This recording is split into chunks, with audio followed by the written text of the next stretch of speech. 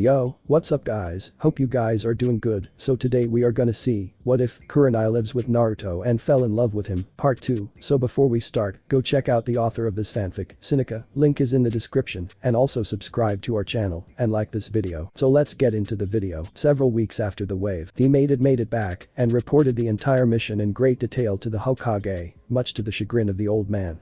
After the team had been dismissed, the Hokage asked that Naruto remain behind.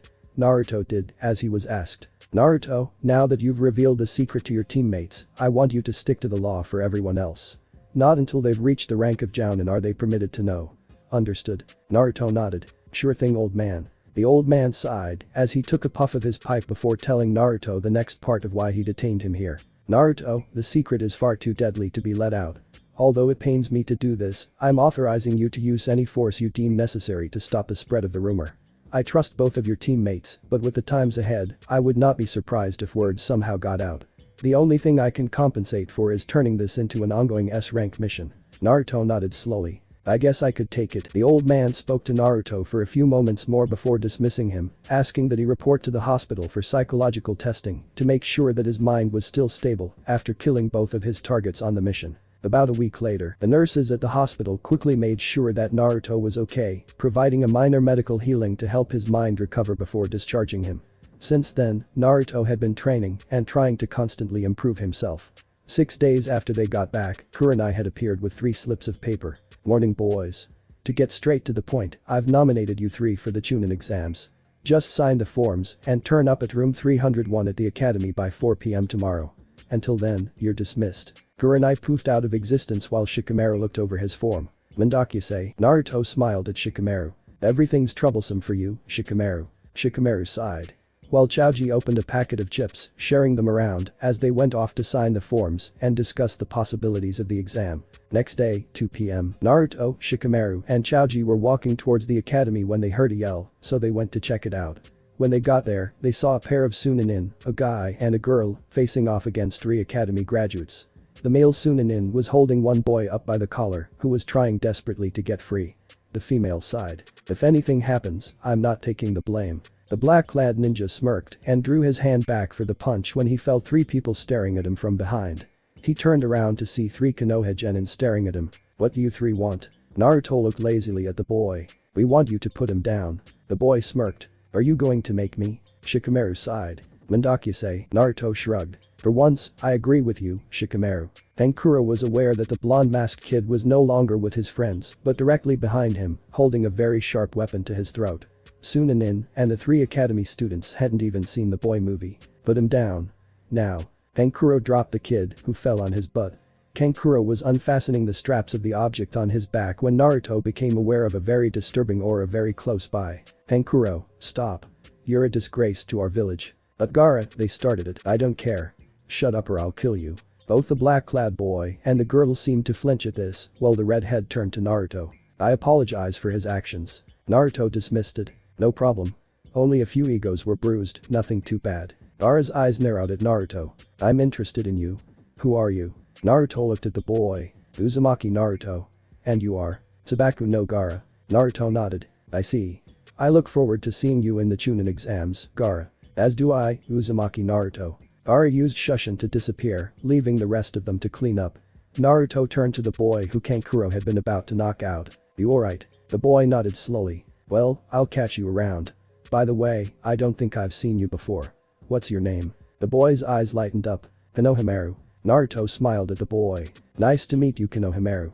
Unfortunately, I can't stay for too long, I have to go and take the Chunin exams with my friends. Konohamaru nodded and got back up, staring in awe at the first person who had ever called him by his name except his grandfather. Naruto turned to the 2 Chunin. Could I get your names? The boy nodded. Tenkuro. The girl flushed slightly as she answered. Temari. Naruto nodded to each of them. Well, Kankuro-san, Temari-san. Good luck in the exam. Taoji and Shikamaru caught up with Naruto as they got to the academy, waiting for the doors to open. Teammate took this time to survey the potential opponents. They quickly dismissed the ones who bragged about themselves to their teams and others and instead paid attention to the teams either talking quietly amongst themselves or who said nothing at all. Finally, the doors were opened and the teams made their way inside. After walking up 2 flights of stairs, they needed to change to another stairwell to get up to the final floor.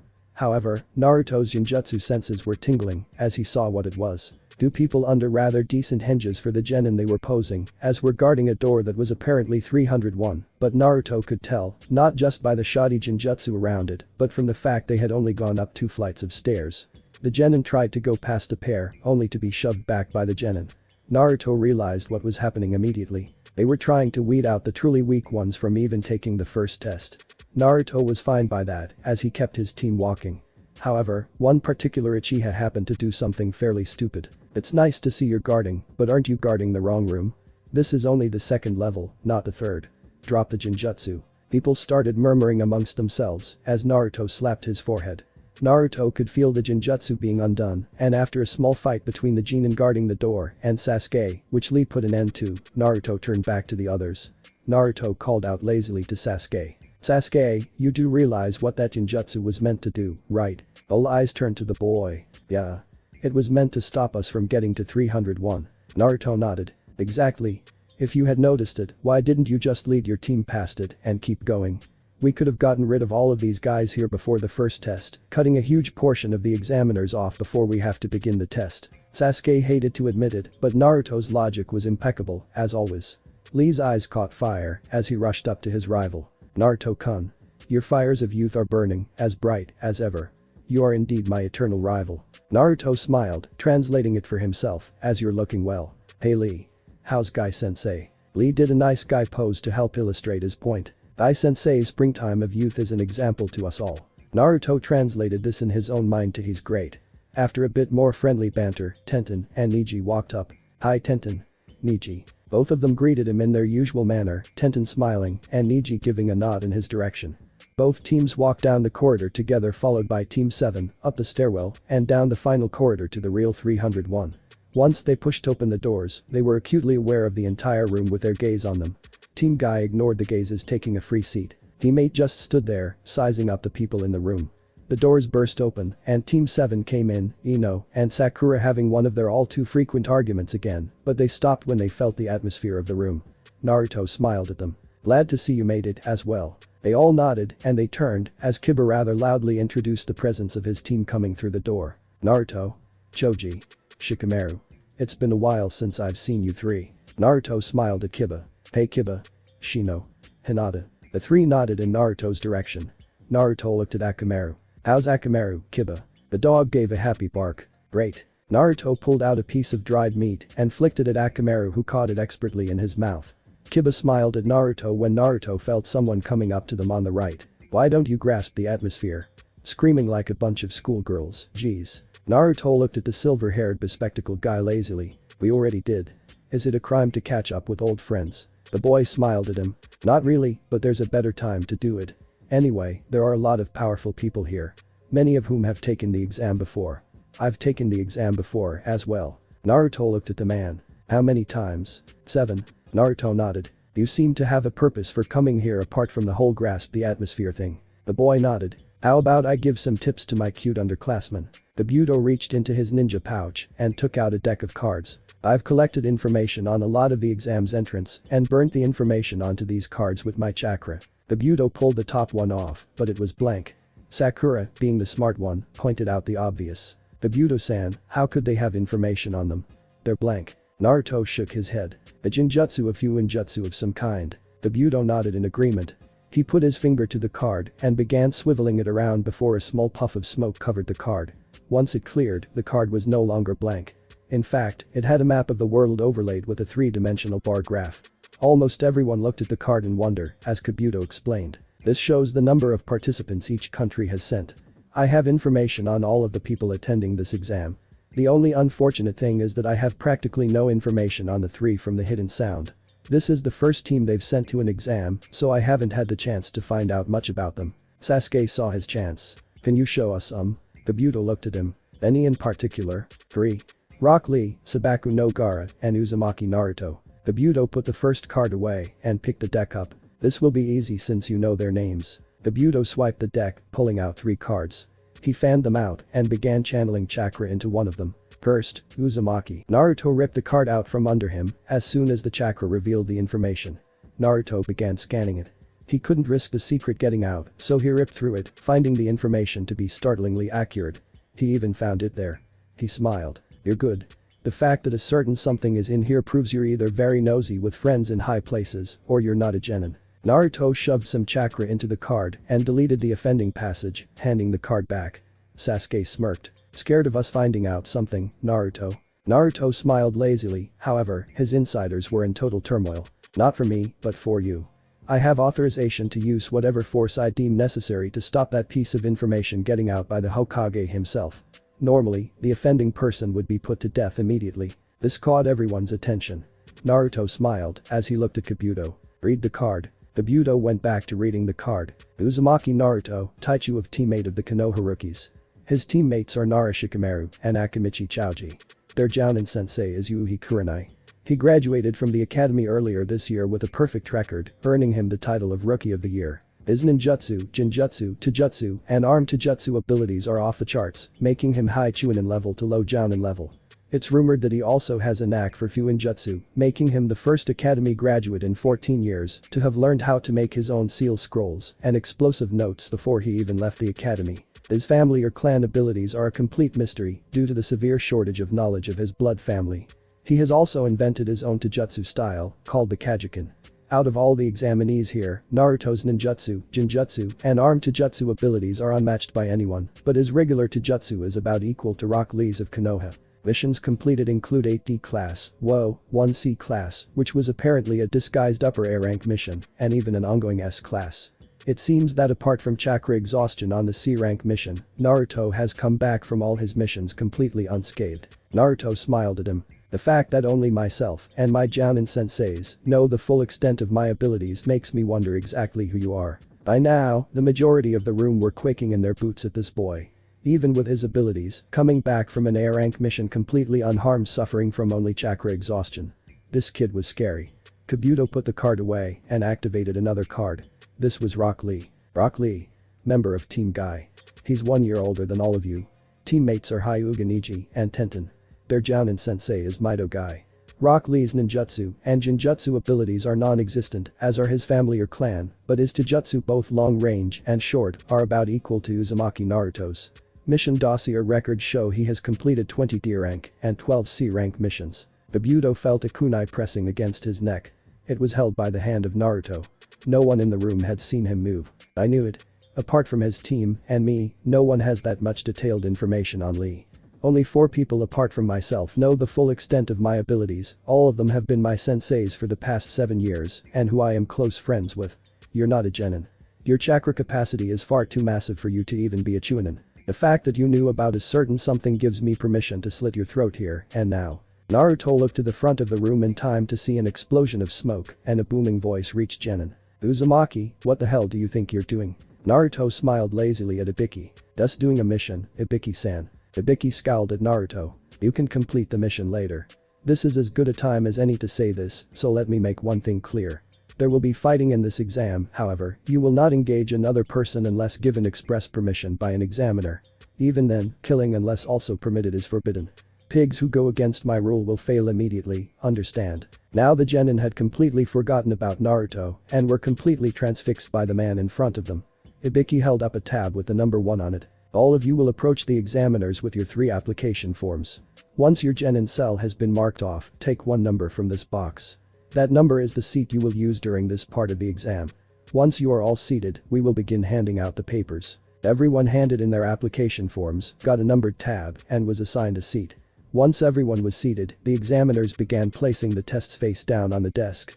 Once that had been done, Ibiki started tapping the piece of chalk against the board. I will now explain the rules of this test. Listen carefully, as I'm not going to repeat it and I will not answer questions. Rule 1. Each of you will start with 10 points. This test works via a subtraction method of marking.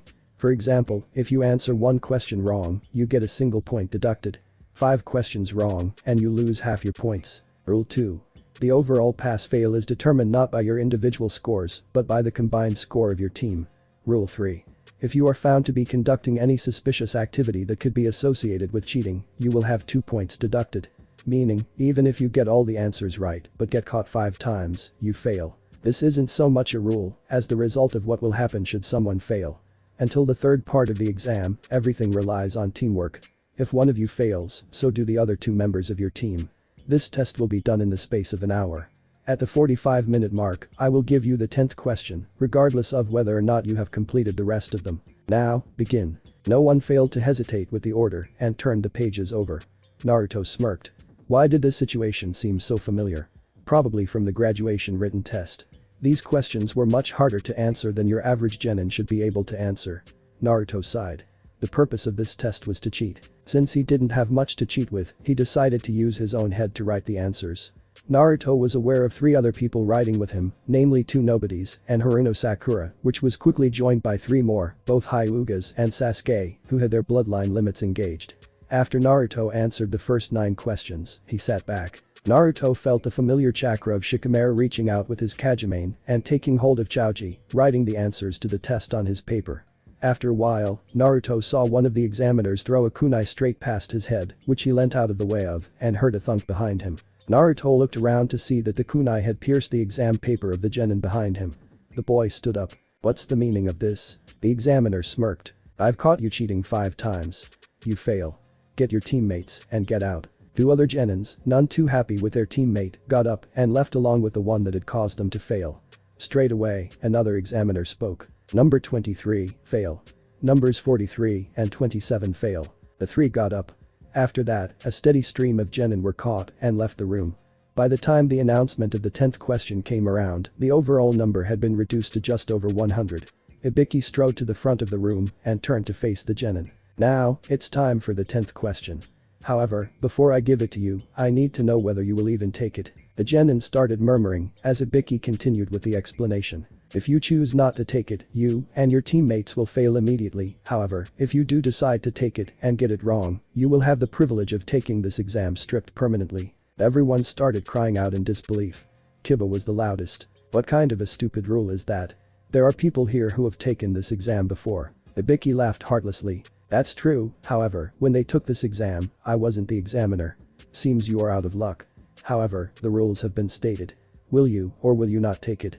If you are uncertain as to your abilities, you should quit now and try again next time. Raise your hand if you don't want to suffer the consequences. For a moment, no one did anything. However, the man next to Naruto raised his hand. I won't take it. An examiner marked off him and his 2 teammates as they left the room. This set off a chain reaction. At least 5 more people raised their hands and they were marked off along with their teammates. Finally, there were 78 people left in the room. 80 if you included the plants, as they were called. Ibiki looked around the room. Will anyone else give up? This decision will change your life. People in Naruto's general vicinity became aware of his chuckling, which turned into full-blown laughter. Everyone stared at Naruto in disbelief. Naruto looked at Ibiki, smirking. I don't know about the others in this room, but your act isn't scaring me. I have absolute confidence in myself and both of my teammates that we will answer this question perfectly. There are no weak soldiers under a valiant commander. Get on with the question. Ibiki sighed. Naruto had blown the fear and uncertainty of every single genin in the room away and laughed at him to boot. Ibiki looked around and confirmed what he had thought and felt. Ibiki tried one last time. This is your final chance. Will any of you give up? Naruto smiled at him. We're not afraid. It was clear that no one was going to budge until they had passed the exam, so Ibiki sighed. Then, for the first test of the Chunin exams, you all pass. Every one of the genins except Naruto stopped and tried to work out exactly what he had meant. Naruto smiled and shook his head. I was kind of expecting something like this from you, Ibiki-san. Let me guess, the take or not take was the 10th question. Ibiki smiled at Naruto. Exactly. The 10th question was the choice of taking a life-altering decision or not. The first 9 questions served the purpose of testing your information-gathering abilities. I'm sure there were some of you who could work out the answers for yourselves, but the majority of you would have realized straight away that this was not your average paper test and came to the conclusion I have to cheat to pass. Most of you would have also realized there are 80 people left in the room, which would imply that there's something wrong. We had 2 Chunin planted in the room to be the sources of the answers for your cheating attempts. Those of you who cheated like amateurs were weeded out. They won't survive the next stage of the exam with that kind of effort. Now, the 10th question. Once we had separated the wheat from the chaff, I put you in a hopeless situation. Take or not take. Either choice had dire consequences. Not take it and fail immediately. Take it and get it wrong and never take it again. Let's put this into a real-life situation. Let's go with the scenario that all of you become Chunin. A Chunin is a squad leader who is responsible for handling the mission and his team's lives. You arrive at the mission center along with your squad and receive a mission. You are to infiltrate an enemy facility and steal a scroll. The number of ninja, their state of preparedness, armaments and skill are unknown. Can you just decline the mission because the content of the mission is unknown, enchaining today's certainty with tomorrow's uncertainty? The answer is no. As a Chunin, there will be missions you will not have a choice in. Information can be more important than a cage's life in some situations. What if that scroll contained information about another village planning to invade your own? If you obtain the information carelessly, it is likely that the enemy will feed you false information that could cost many people their lives. People who do not have the resolve to go through with missions are pigs who don't deserve the right to become Chunin. There are no weak soldiers under a valiant commander. Naruto had joined Ibiki with the last line to emphasize his previous point. Ibiki smiled at Naruto. Congratulations to every one of you. I wish you the best of luck. Both Ibiki and Naruto became aware of a dark ball just before it came crashing through the window. The black ball unfurled itself to reveal a woman in a beige trench coat, purple hair, fishnet shirt, and metal leg plates. She introduced herself in a rather loud manner. There's no time to celebrate. I'm the second examiner, Mitarashi Anko. Follow me, everyone. The majority of people in the room sweat dropped as Naruto smiled. Hi there, Anko-san. Haven't seen you in a while. Anko looked at Naruto, smiling in that sadistic fashion we all love to hate. Well, if it isn't little Naruto. I'm really not surprised that there's 78 people left with you here. Another one of your speeches. Naruto tilted his head to the side as he continued smiling. Ibiki came around the side of the banner that Anko had erected, looking slightly peeved. Can't you grasp the atmosphere, Anko? Anko smiled sheepishly before turning back to the genin. Despite the fact that there's so many of you left, by the end of the next exam, there will be less than half of you remaining. Report to training area 44 at 9 AM sharp tomorrow morning. Until then, you are dismissed. The remaining genin teams got up and left, preparing for whatever might come with the next test. Naruto led his team to his house in the hope of some tidbits of info from his Aniki. Ibiki started collecting the papers. When he got to Naruto's he saw that, not surprisingly, the entire test was answered. However, seeing a note at the bottom, he checked it. Ibiki-san. The mission I was about to complete involved the Sandame's law, which was about to be breached by that boy. Watch him carefully. He's not who he says he is. UN. Ibiki scowled at this. He was definitely going to be checking the boy out. He'd already had his suspicions from past exams, but having them backed up by Naruto just proved it. This boy was going to be watched very carefully. Naruto's apartment. When Naruto arrived home, Kakashi was there, reading one of his favorite orange books. Naruto didn't recognize this one. New book in the series, Niacin. Kakashi looked up. Yeah. Naruto shook his head as he led his team inside. Kakashi snapped the book shut and put it on the armrest of the seat he was in. Kakashi chuckled. News of your antics in the first part of the exam travels fast, Naruto. I suppose you want some hints for the second one? Naruto nodded. Well, the first is always written, the second is always a field test, and the last is always a tournament. The second test has the most variation out of all of the tests. However, since it's in training area 44, I have a feeling it's a several-day mission. Daoji looked horrified while Shikamaru sighed. Mandakyase, what are we supposed to do for food? Naruto got an idea. He looked at Kakashi. Niacin, can I have some summoning scrolls? Kakashi smiled lazily. Sure. 2 each. Those things aren't exactly cheap, you know. Naruto smiled back at Kakashi, mirroring his lazy smile. Thanks Niacin. Naruto led his team to the supply closet, which was packed with all sorts of ninja goodies. Weapons, explosive notes, scrolls, the lot. Naruto went to a particular shelf and skimmed along some scrolls until he found a group of navy blue scrolls. Pulling them out, he placed them on the ground and closed the door with his foot. Naruto opened one particular scroll and showed them it. This is a multiple summon scroll. Basically with this you're able to summon just about anything excluding animals that require a contract to summon, and a few other things. Some versions of them can even summon people. However, once it's summoned, that part of the scroll cannot be reused. For example, if you brought a basket of food, Chaoji, I could perform a task that would seal it inside one of these circles, and when you wanted to, you could make the basket of food pop straight back into existence in front of you. Chaoji looked at the scroll like it was a gift from Kami himself. Chaoji could certainly use something like one of these on long missions. Naruto looked up at both of them. I want both of you to go to your places and get anything and everything you think you'll need for a week-long mission. Meet back here and I'll do the sealing. Both boys nodded and headed out the door to get their things. Naruto was suddenly struck by an idea. He went back to the closet and pulled out a black special summoning scroll that was used to hold a mass of weapons and procured his wind-powered trench knives. Naruto knew that while weapons were sealed, they were essentially maintained in stasis until brought back to the real world. Also, if he could create cage bunshin of his blades, they should also be kept in stasis without him having to worry about them. He had learned Shuriken Cage Bunshin no Jutsu several months ago. The next part of his theory was that since making any kind, Bunshin relied on creating a copy of the original, and since Shuriken Cage Bunshin no Jutsu allowed the user to create clones of another object, it should be theoretically possible to do the same for any object.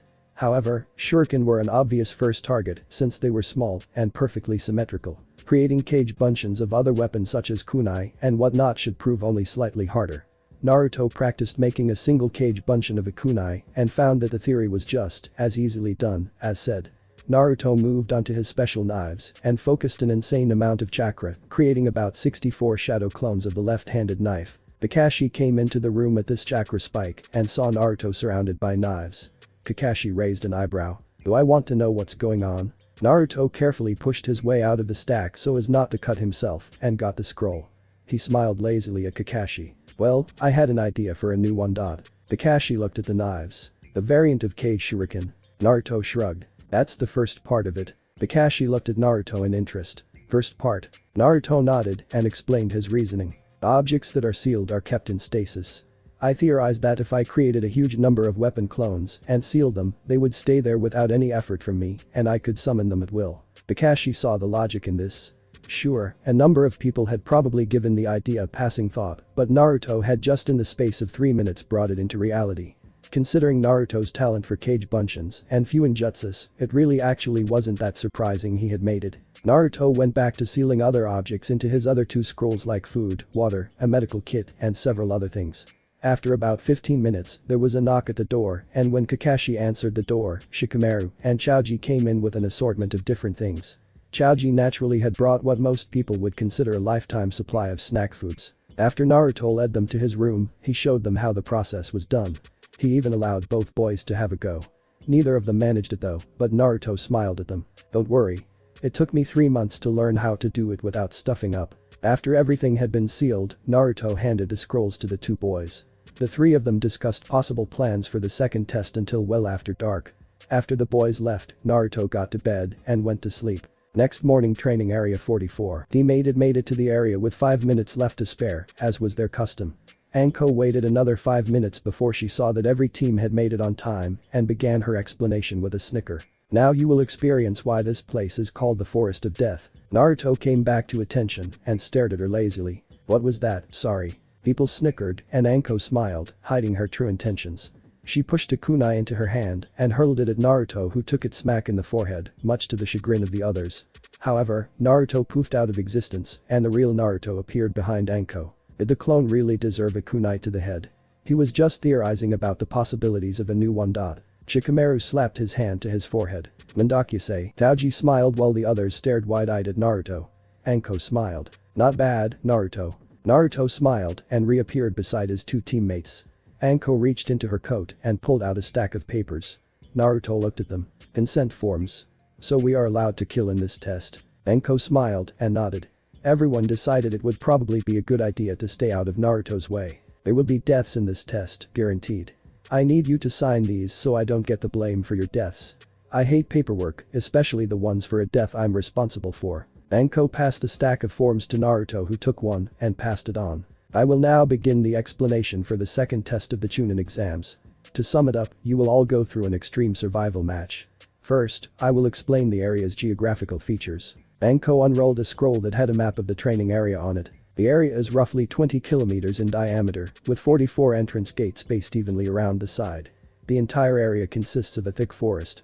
There is a river running roughly north to south with a tower at the center. The tower is about 10 kilometers from any gate. Once you are inside, you will be required to complete a mission. The mission directive is this. You will do anything necessary to fight for these scrolls. Anko pulled out a pair of scrolls. One scroll was white and marked with the heaven kanji, while the blue one was marked with the earth kanji. Anko continued explaining. There are several rules to this test. Rule 1. To successfully progress to the final test, you must obtain 1 heaven and 1 earth scroll and make it to the tower within the time limit. Rule 2. If you complete the first rule but produce a missing or unrecoverable teammate, you fail. Rule 3. You are not allowed to open these scrolls until you have entered the tower. Rule 4.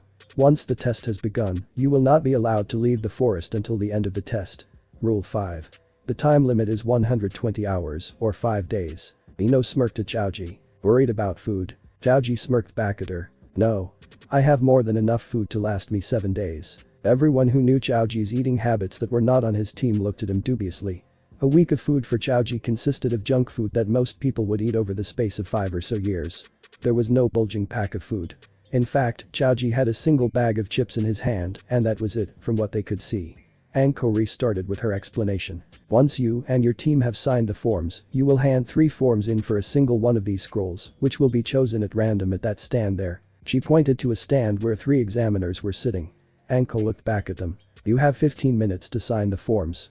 Once those 15 minutes are up, you will be assigned to a gate with your team, and you will have a final 10 minutes to plan your strategies before the exam will commence. As a final piece of advice, don't die. 25 minutes later, teammate had signed the forms and handed them in as soon as they were allowed. They received the Earth Scroll and were directed to gate number 8. After a final 10 minutes of strategizing, the gates were open and they charged in, hoping to get this over and done with. Naruto extended his senses and tried to detect chakra signatures. He found a non-familiar group not too far away and Naruto made a hand signal in the target team's direction. They changed course and jumped up into the trees, making a beeline for the team. Once they were about 50 meters away, Naruto saw that they were a team from Suna. Luckily, it was not Gaara's team. The team seemed to be arguing over something and they pulled out their scroll, which was luckily the Heaven Scroll. Naruto had an idea as he pulled out a spare scroll and used a very discreet Kawarimi no Jutsu to replace the scroll they were stupidly waving about with a very similar scroll, and they made their way towards the tower with the Suna team none the wiser. At the command center in the tower, Anko had just gotten to the tower in the 3 hours since the exam started when an examiner rushed out the door to greet her. Anko-san. A team has already passed. Anko looked at the man skeptically. The previous record was around 5 hours, yet he was claiming that a team had finished in fewer than 3. The man saw the look and explained. It was teammate of Konoha, Anko-san. Team captain was Uzumaki Naruto. They're just entering the tower now. Anko sighed. She should have guessed. She walked into the control hub of the tower and saw from the security camera in the room that indeed, Uzumaki Naruto and teammate were just entering the tower, completely unscathed. With teammate, Naruto pushed open the door and broke the paper seal holding it shut. They walked into the room and saw a quote written on the wall. Naruto recognized it vaguely as a quote from one of the Hokages.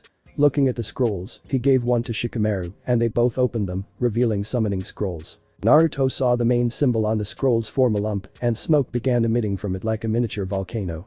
Naruto nodded at Shikamaru and they threw them to the floor where a cloud of smoke appeared. Naruto smiled as he felt the familiar chakra signature. It's been a while, Iruka-sensei. The smoke cleared to reveal it was indeed Iruka.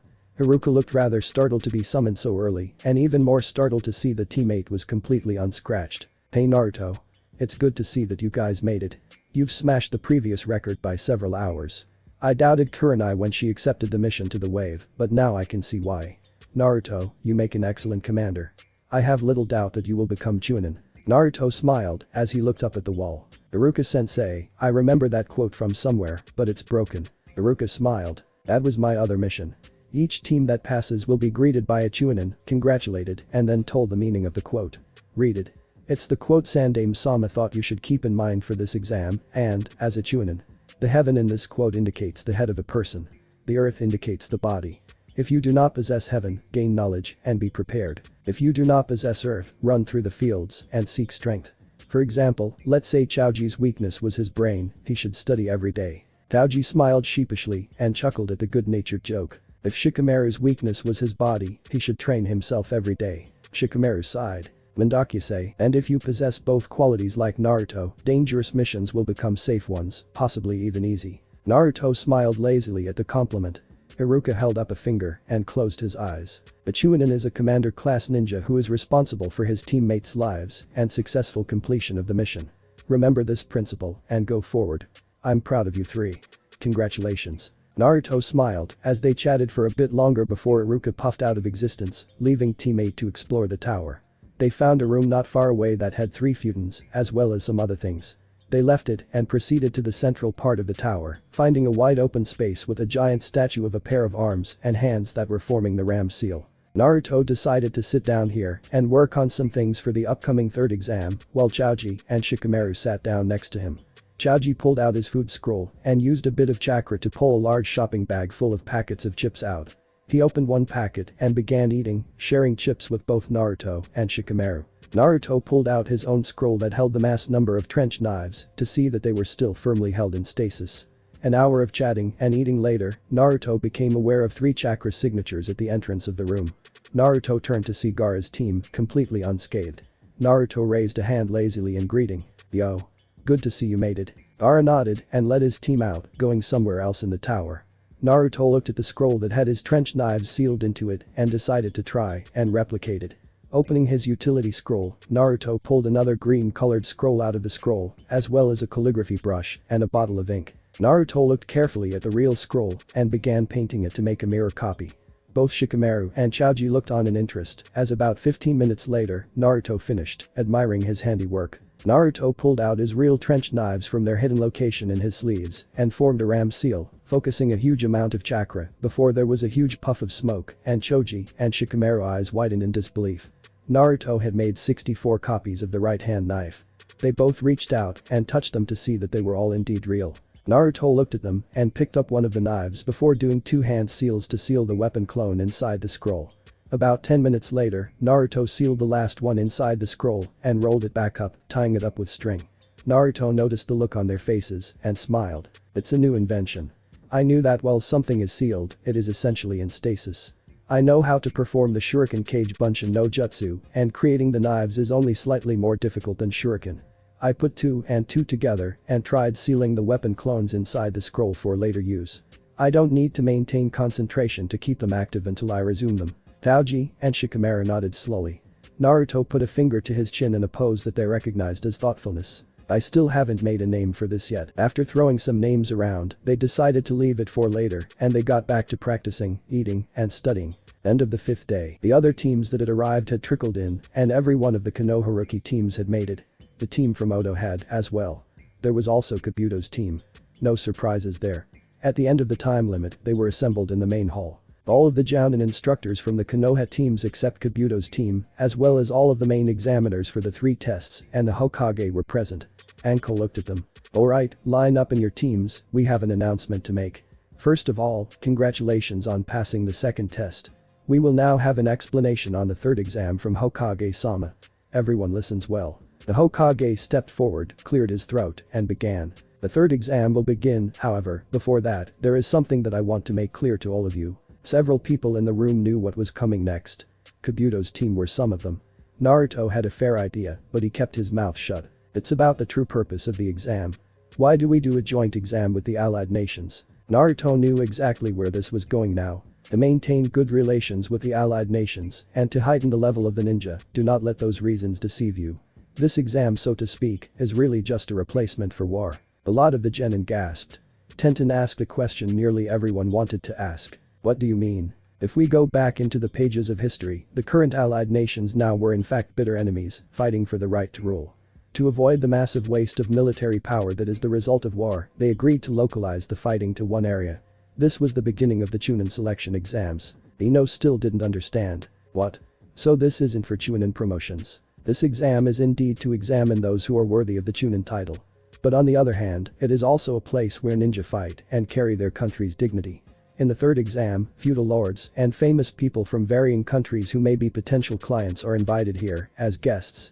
Feudal lords from countries with hidden villages and ninja leaders will see your battles. If there is a significant difference in power, the strong country will be flooded with jobs. If a country is seen as weak, their jobs will decrease and at the same time, countries are able to show how their village has grown and possess excellent military power to the adjacent countries. In other words, they can put foreign pressure on them. Kiba obviously still didn't get it and proved it by questioning the Hokage further. "So why do we have to fight the risk of losing our lives?" Naruto looked lazily at Kiba before turning back to the old man who answered him. "The country's power is the village's power. The village's power is the shinobi's power, and a shinobi's true power is only manifested in life or death situations." How true that is. He turned back to the Hokage's speech. "This exam is also a place to show off the ninja power of one's country. Since this is an exam where you fight with your lives on the line, it has a meaning, and your predecessors have fought and dreamed of being in the Chunin exam because of it. Apparently, no one had any more questions, however, Gar was obviously impatient. I don't care. Tell us the details of this life or death exam. The Hokage nodded. Then I will begin explaining the details of the third test, but the Hokage was interrupted by a Jounin who appeared in front of him. Excuse me, Hokage-sama. I, Jekuhei, the judge, will explain. Please do. Height slowly stood up, not turning to face them. It's nice to meet you, everyone. Before the third test, there's something I want you to do. Fight in some preliminary matches to see who gets to progress to the main matches. Most of the genin started murmuring to each other. Sakura wanted a further explanation. Sensei, I don't understand. Why can't we just progress to the main matches with the remaining examinees? Height coughed again and looked over them. It may have been that the exams were too easy this year, or you're all exceptional genins, however, there are far too many of you left. The time of the feudal lords and other important people is precious, and we cannot afford to waste it with endless battles. Therefore, only 10 or less people are allowed to enter the main matches. According to the Chunin exam regulations, we are required to hold preliminaries to decrease it to a suitable number. We are also limited on time, so those who do not feel well and wish to quit, please raise your hand now. You can do so without hurting your team, as from now on, it will be one-on-one matches. The preliminaries will begin immediately. Would anyone like to quit? Sasuke grabbed his neck, which Naruto noticed, as he felt a distinctly evil pulse of chakra coming from Sasuke. Sasuke-kun. Naruto saw that Sakura was worried about something. Sasuke-kun, you should withdraw from the preliminary matches. Both Naruto's and Sasuke's eyes widened at this. Sakura pressed on. You've been acting weird since that Orochimaru guy beat you. The bruise hurts even now, right? Please stop. I'm afraid. Enko, Ibiki, and the Hokage began discussing what they should do with the boy. The suggestion of forcing him out of the matches and surrounding them with Anbu escort in isolation came up when Kakashi butted in. He's not the sort that will listen to you that easily. He has a background that gives him a stubborn will to try his hardest, after all. Enko got pissed off and started chewing Kakashi out for his lack of seriousness in the situation. Stop fooling around. I'll make him quit even if I have to use force. The curse seal reacts when you try to mold chakra and it will try to extract power from him. It's a forbidden act that undermines the affected person. It amazes me that he's able to withstand it. A normal person would be dead. Enko turned to the Hokage. Hokage-sama. Sakura still hadn't let up trying to make him quit. You aren't in any condition to fight. You should just. Sasuke turned to her, glaring at her despite the pain. Shut up. I knew it. Sasuke whispered to her. Just be quiet. Sakura couldn't take the hint. You've been bearing this pain the whole time. Sasuke tried to make her see the point. Sakura, learn when to take a hint and shut it. Sakura still didn't get it and decided to go to the next level. Whatever you say, I'm still going to tell the teachers about it. Sakura started raising her hand, but she stopped when she saw Kabuto had already raised his own. The Hokage looked at him. What is it? I quit. Everyone stared at him, and Height flipped through the clipboard's paper, stopping at a certain page. Your Konoha has Yakushi Kabuto, right? Okay, you can leave. Kabuto turned around and walked through the lines towards the door. As he walked out the back of the group of genin, Naruto stopped him with a lazy stare. Kabuto, why are you quitting? Kabuto turned around and smiled at him. I'm sorry, Naruto-kun, but I'm exhausted from chakra. I'd rather quit now while I'm still in one piece than face off against someone and be taken out of here on a stretcher. Naruto glared at him. Your chakra levels are full. Your lying may convince the others, but I know a traitor when I see one. Everyone stopped and looked at Naruto, who was accusing one of his fellow comrades of treason. First, you had a staggering amount of information on my background and abilities, which besides 4 of the people up there, only I should know about. Not even the Hokage knows the full extent of my abilities. You would have even broken the law and revealed an S-class secret to a bunch of genin who, even if they were all from Konoha, would not be permitted to know it until they reached Jounin. An act which is punishable by death. You knew more about Rock Lee than anyone else except his team and myself. Your chakra capacity is massive, beyond even mine. You said your chakra was drained, yet I can feel it still at basically full strength. And also, while you're at it, get rid of that genjutsu on your forehead protector. I am within my legal rights to end your life right now. Kabuto's eyes widened as he smiled sadly. You are indeed observant, Naruto-kun. Ibiki's eyes narrowed as he snapped his fingers, and Kabuto and his teammates were surrounded by 3 squads of Anbu. Ibiki nodded at them, and the squads took hold of Kabuto and his 2 teammates, disappearing. Everyone was silent for quite some time, trying to figure out exactly what had just happened. Naruto looked up at the Hokage. Old man, I want to know more about that boy. The fact that he knew was incredibly disturbing. But the cough, Hayate caught their attention. Hayate pointed to one of the panels on the back wall. Said panel slid up to reveal a display screen. Then, let's start the preliminaries. It will consist of one-on-one matches. In other words, it will be like real combat. Now that we have exactly 18 people, we will have 9 matches. The winners will be able to progress to the third test. There are no rules for engaging in combat, and you will fight them until they die, are knocked out or admit defeat. However, if I decide the match is over, you will stop immediately. The electric bulletin board will choose 2 names at random from the participants. Without further ado, I will start the selection for the first match. The screen flashed yellow before the names of the remaining contestants began cycling through, settling on the first pair. Uzumaki Naruto vs Sabaku no Tamari. Naruto sighed. Right off the bat, Hayate coughed and looked at the 2 people. Would the 2 participants step forward please? Both of them separated from their teams and stood face to face. First match was between Uzumaki Naruto and Sabaku no Tamari. Are there any objections to the participants? No one spoke, so Hayate coughed. Then would you please proceed to the stands with your Jounin senseis and wait for your turn to start. Once everyone had left the field except Tamari, Naruto, and Hayate, he coughed again. First match. Hajime. Tamari jumped back and eyed Naruto carefully. Naruto smiled at her. Judging by that battle fan you have, you're one of the few wind users of Suna. Tamari's eyes widened as Naruto took out a scroll, opened it, and began reading. Tamari's sweat dropped. What are you doing? Naruto didn't look up. I'm thinking about the possibilities of a new home if I was to put a modified seal on. The vein on Tamari's forehead was pulsing before she took out her fan and let a massive gust of wind fly. When the blast hit the wall Naruto was in front of, the wall crumbled and gave off a huge cloud of dust.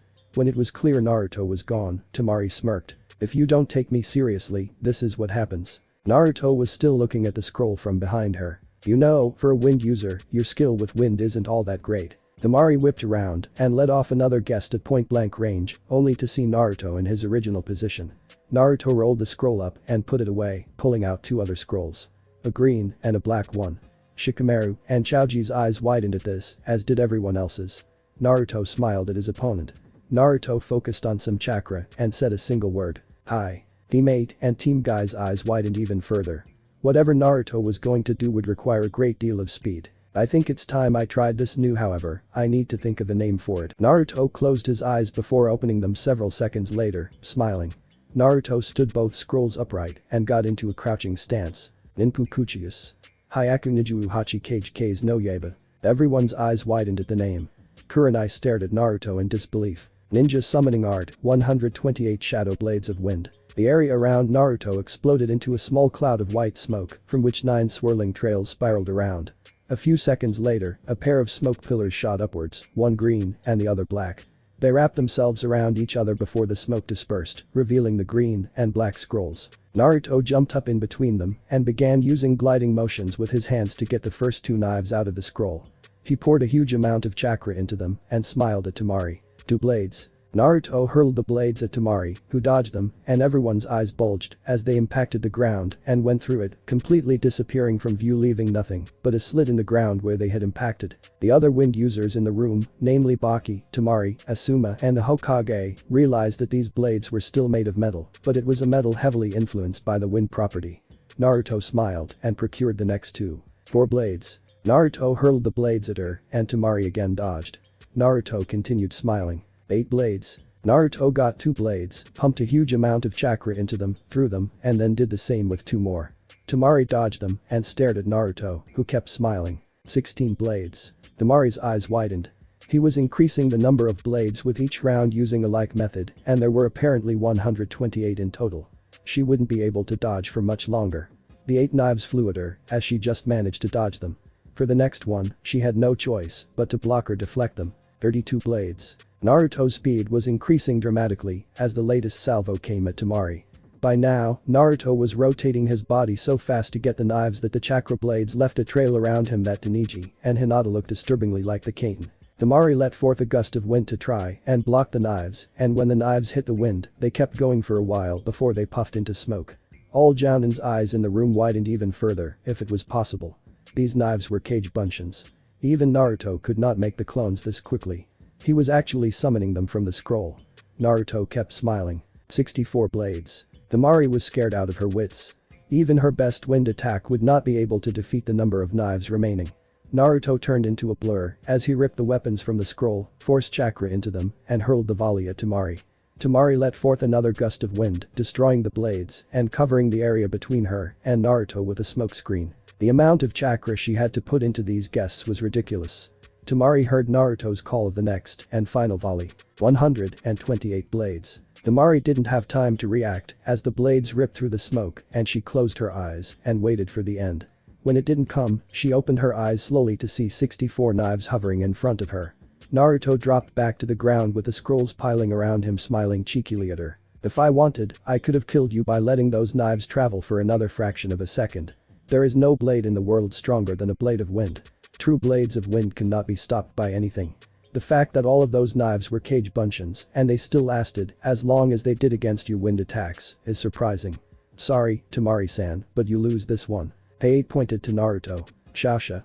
Uzumaki Naruto. Taoji pumped his fist into the air and cheered while everyone else was trying to pick their mouths off the ground. Naruto narrowed his eyes as the knives hovering in front of Temari poofed out of existence. Naruto shook his head. I can't believe how much chakra that took. I'll have to make this a novelty. Everyone's eyes practically popped out of their head. He was making something like this a novelty. Naruto rolled the scrolls up and walked up the stairs, stopping behind Team Guy, or more specifically, Niji and Tenten. Since I trained with your team, seeing you use the Haki Rikujuyonshu and Sashoryu gave me the idea for the manifestation of that. Thanks, guys. Niji and Tenten nodded dumbly as Lee's eyes caught fire. Your overflowing youth is an example to us all, Naruto-kun. Naruto smiled. Thanks, Lee. Naruto made his way over to his team where Choji offered him a bag of chips, which Naruto accepted gratefully while Shikamaru smiled at Naruto. Kurenai was smiling widely at her student as she placed a hand on his shoulder, which Naruto noticed. That was great, Naruto. How did you come up with that? Well, I knew that sealing scrolls can be used to put things in stasis, so I theorized that if I was able to put shadow clones of items into them, the same should hold true for weapons. Then it was a matter of actually trying it out. It seems to work a little too well. Few of the genin here would have enough chakra to even use it, which is why I'm making it a novelty. It requires a lot of work before I can even use it, as the enemy won't just sit and watch me create 128 knives and seal them one at a time into the scroll. Kurenai smiled at Naruto as he turned back to the others to see that everyone's eyes were still on him. Naruto looked lazily at Hate. Hate-san, are you going to announce the next match? Hate coughed and the bulletin board began cycling through the names. Akimichi Choji vs Uchiha Sasuke. Choji smiled as he started shoveling in chips by the handful. Sakura stared at him. Why is he eating chips at a time like this? Naruto looked at her lazily. You'll see. Sasuke was about to be schooled. Naruto thought about which way Choji was going to flatten the Uchiha. As Choji finished the bag, he ran down the stairs following Sasuke and they stood face to face. Once Hate made sure they were ready, he brought his hand down between them and jumped back. Second match. Hajime. Both Ino and Sakura started cheering for their teammates. Choji smiled as he pulled out his weapon scroll. Naruto's not the only one who's been learning new things. Choji put his palm to a particular pair of symbols to reveal a massive kunai that were threaded through a pair of wires by the pommel. Choji wrapped the wires around his chest and smiled. Naruto smirked. Inventive. Very clever. Everyone around Naruto looked at him waiting for an explanation. Watch. Choji put both arms in front of him and started with a clan dot. Aika no jutsu. Choji's eyes increased dramatically and the kunai stretched around Choji. Naruto had a fair idea of what was coming next. Choji drew his arms, legs, and head into the body, letting out plumes of chakra as he announced his combo. Nikkuden Hari Sensha. Naruto smiled as Choji started spinning rapidly, rolling forward far faster than ever before. Naruto was right. As I thought. Choji used the kunai to improve his family, dramatically increasing not only his destructive power, but also his speed and maneuverability. They looked back to see Choji rolling all over the field, chanting his usual mantra. Roll, roll, roll, roll, roll, roll, roll. Sasuke was dodging the rolling ball of green, not entirely sure about what to make of it. He gave himself some distance and thought about how to attack it. He could not use chakra, therefore no Sharingan. He took out a kunai and threw it at Choji, watching in dismay as it shattered on impact. If that's what it did to metal, there was absolutely no chance in hell he was going to try physically attacking it. He was pretty sure even if he managed to stop the rotation, punching him would be like punching the wall of a padded room. He'd just bounce right back. He just had to wait until Choji wore himself out. However, Naruto knew something Sasuke was forgetting. The Kimichis do not tire easily. Choji was no exception. Naruto sighed. Sasuke had it. If he could, he would have used the Sharingan by now or the Sharingan, but he hasn't. There is no way Sasuke can win this unless Choji gives up. And trust me, Choji will not. Shikamaru agreed with Naruto's assessment. Back in the arena, Sasuke seized up, and Naruto detected a slight spike of a very disturbing chakra signature coming from Sasuke. Choji didn't stop and rolled into him, slicing Sasuke severely before Sasuke managed to half-limp, half-jump to the side, and collapsed, panting heavily, as people saw strange markings work their way over his body. The markings withdrew, but Sasuke did not get back up. After coming to a stop and returning to his normal size, Choji awaited the outcome of the match. Hey, coughed. Shasha. Akimichi Choji. Choji was extremely pleased with himself as he ran back up to his teammates. Shikamaru patted him on the back and Naruto pulled out his food scroll and brought forth a packet of chips, which he handed to Choji. Choji smiled and took them, ripping into them. Both Sakura and Ino were gobsmacked that their precious Sasuke-kun had been defeated. Kakashi looked at them. Sasuke was unable to use any chakra.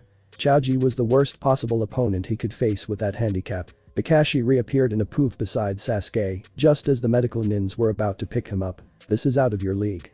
I'll handle this, and then you can heal him. The medic nins nodded as Kakashi poofed with Sasuke into another room. Hey, coughed, catching everyone's attention. The scoreboard started cycling through the names again before landing on a rather interesting matchup. Uruno Sakura vs Yamanaka Ino. Both girls stiffened before they looked at each other and proceeded down to the ground. 15 minutes later, both Ino and Sakura charged each other, using the last of their strength to land a final blow. Both girls landed the punch to the other's head, sending the other flying back. They struggled to glare at each other one last time before they both passed out. Hayate surveyed both girls closely before straightening up. Both competitors are unable to continue, meaning it's a double knockout. No one from the third match will progress to the third test. Kakashi reappeared and picked up both girls before reappearing next to the Konoha rookies, placing them in a sitting position against the wall. Hayate coughed and the screen began cycling through names again. It settled for a pair that could only be described as fate. Hyuga Hinata vs Hyuga Neji. Hinata's eyes widened and fear started pouring off her in waves. She slowly walked down, as did Neji. Neji smirked. Hinata-sama, you should forfeit. The moment I was chosen as your opponent, fate. Neji didn't get to finish the sentence as Naruto looked at him, calling out to him. Neji, don't start with that fate stuff again. Remember what I told you. Everyone looked at Naruto. Neji's eyes narrowed at the memory. Flashback, Lee had challenged Neji to yet another duel, with Naruto refereeing the match. The match was over in a flash, and Neji smirked. No matter how good you are, Lee, you will always lose to me. Fate has decided that long ago. Lee looked up at Neji from his position on the ground. Fate? What does fate have to do with anything? Neji launched into an all too familiar speech. Your talent is determined when you are born. In other words, everything is predetermined at birth. Lee glared at Neji. Why do you always label everything like that? Neji smirked. Are you saying that anyone can become a genius if they try hard enough? Lee's eyes widened as Neji continued with his speech. Only a few will ever be geniuses. Look at reality closely. Those who are geniuses are born with that fate. It's not something that you can become because you want to. It's already determined by fate. People are different. They can only live in the indisputable flow of life. But there is just one fate that everyone possesses.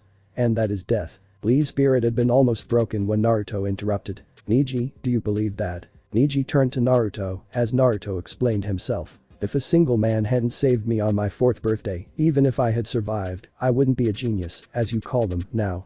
I would have been the dope of the academy instead of the rookie of the year. I would have lived my life shunned by everyone. Neji smirked as he closed his eyes. Fate intervened on your 4th birthday. Naruto nodded. It did. It dictated I would die at the age of 4. Both Neji and Lee looked at Naruto in shock as he explained. For the first 3 birthdays of my life, the Hokage saved me from death. However, on my 4th birthday, fate determined that I would die. The Hokage did not show up after I was cornered and beaten to near death. The only reason I survived was that another boy proved to me that this was not normal, that I had the ability to change the direction my life was taking. If he had not intervened, I would never have been able to learn from the best Jounin specialists in the village. Neji, it is true that people share one fate. The fate of death. However, apart from stating that we will all die, fate has no control over us. It does not even dictate when we will die. To a large extent, the person will dictate when they will die. If they let their guard down during a battle which an enemy takes advantage of and kills them, if they have an accident that results in death, if they commit a grievous crime and are sentenced to death, they decided their own way to die, even if it was unconsciously, or in the case of the last example, willingly. Niji, fate is not something that even the gods can control, let alone mortals like us. You can either choose to live life the way others want you to, or you can make your own path in life. You may end up in exactly the same place, but the important thing is that you controlled the way you got there. Both Niji and Lee were shocked speechless at this, as were Guy and Tenten who had overheard it. Niji after several weeks had slowly started to let go of his beliefs in fate, although when it came to the head family, it was impossible, even for Naruto to stop him. Then flashback, Niji smirked as he turned back to Hinata. I will give you a choice. Do you wish to fight me, or do you wish to back down? I will accept either. Hinata's fear slowly subsided as she closed her eyes, gathering her resolve.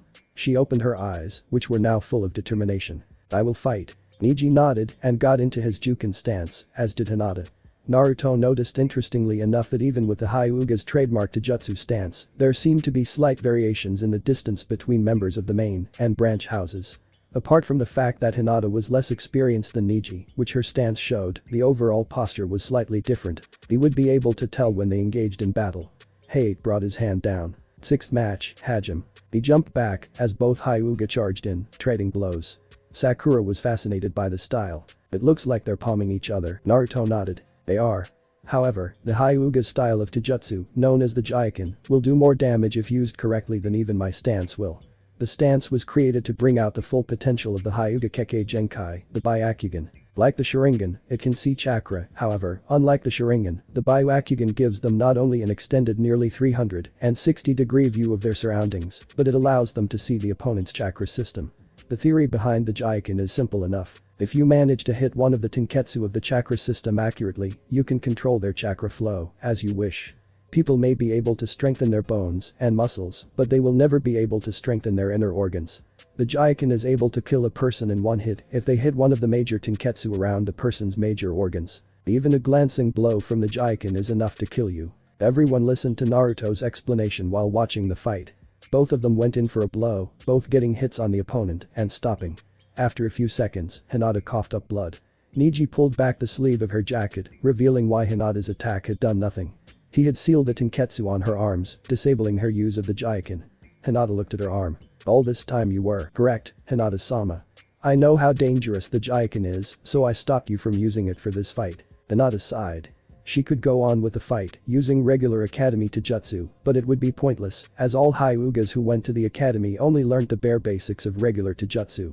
She raised her free hand. I forfeit. Niji let go of Hinata, as Hade announced the winner. Shaosha. Hyuga Niji. Hinata despondently walked back up to her teammates, who consoled her while Niji returned to Team Guy. Niji nodded to Naruto. Thank you for reminding me. I almost lost myself again. Naruto smiled lazily. No problem. Hade coughed, and the board began cycling through names. Naruto was starting to wonder if the board was voice activated by Hade's cough. The next matchup was decided. Nara Shikamaru vs Kintsuchi. Shikamaru sighed. Lindakusai. I have to fight a girl. Naruto smiled as his teammate made his way to the arena, as did the Kunoichi from the Odo team. Hade brought his hand down and started the match. Several minutes later, Shikamaru had looked to be in a bad position, but Naruto had seen his sneaky use of the Kajime no Jutsu, pretending to be the shadows of the strings, and captured her, forcing her to slam her head into the wall behind her, knocking her unconscious. Hade announced the winner. Shaosha. Nara Shikamaru. Naruto welcomed his teammate back with a smile, exchanging a few words with his team before Hade coughed, and the board activated. Naruto was sure of it now. That board's voice activated his cough. Taoji snickered while Shikamaru smiled. Since there were few people left, the board seemed to reach its decision quicker with each passing match. Osukanuta vs Rock Lee. Rock Lee smiled. This is exactly what I was hoping for. A chance to show everyone what he was capable of. Naruto smiled at the energetic boy next to him. See if you can finish him in one move, Lee. Lee gave a thumbs up and jumped over the railing while Dosu walked down, smiling at the boy. Obviously they had met before. Lee spoke first. This time the outcome will be different. Dosu smirked as Hade brought his hand down. Sixth match. Hajime. Lee undid his bandages, much to the horror of Dosu, but before Dosu could give up, he was kicked into the air with Lee appearing behind him.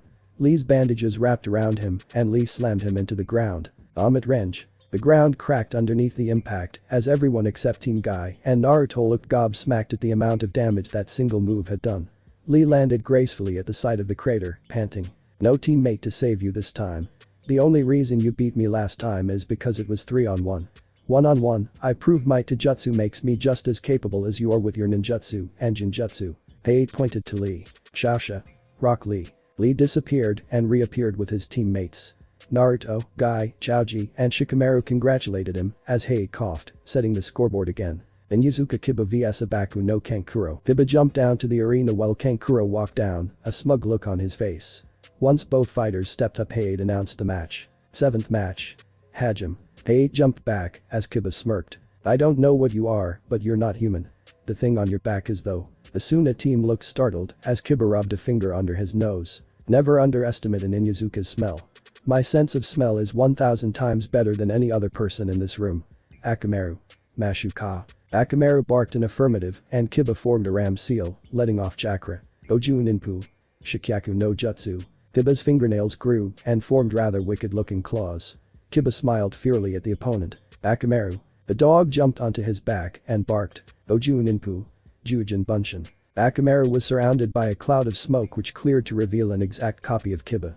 Both of them growled as they observed their prey. Let's go, Akamaru. They separated and disappeared in a burst of speed. When they reappeared, both of them were going not for the apparent opponent but the one strapped to its back. However, Kankuro dodged as he narrowed his eyes. He was at a major disadvantage here.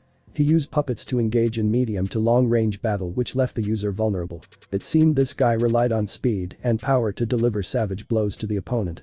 He had to think fast. Getting some chakra strings, he threw them at one of them, making him stop in his tracks. The other one stopped and looked at his companion. Akamaru. Dijobu. Akamaru gave several grunts before Kiba sighed. That may hold him now, but you're going to give me Akamaru back. Kiba reached into his pouch and pulled out 2 small brown pills. He ate one himself and flicked one at the Akamaru clone who caught it and swallowed it in the same movement. The clone growled as chakra began surging off him. He broke free of the chakra strings and smiled at Kankuro.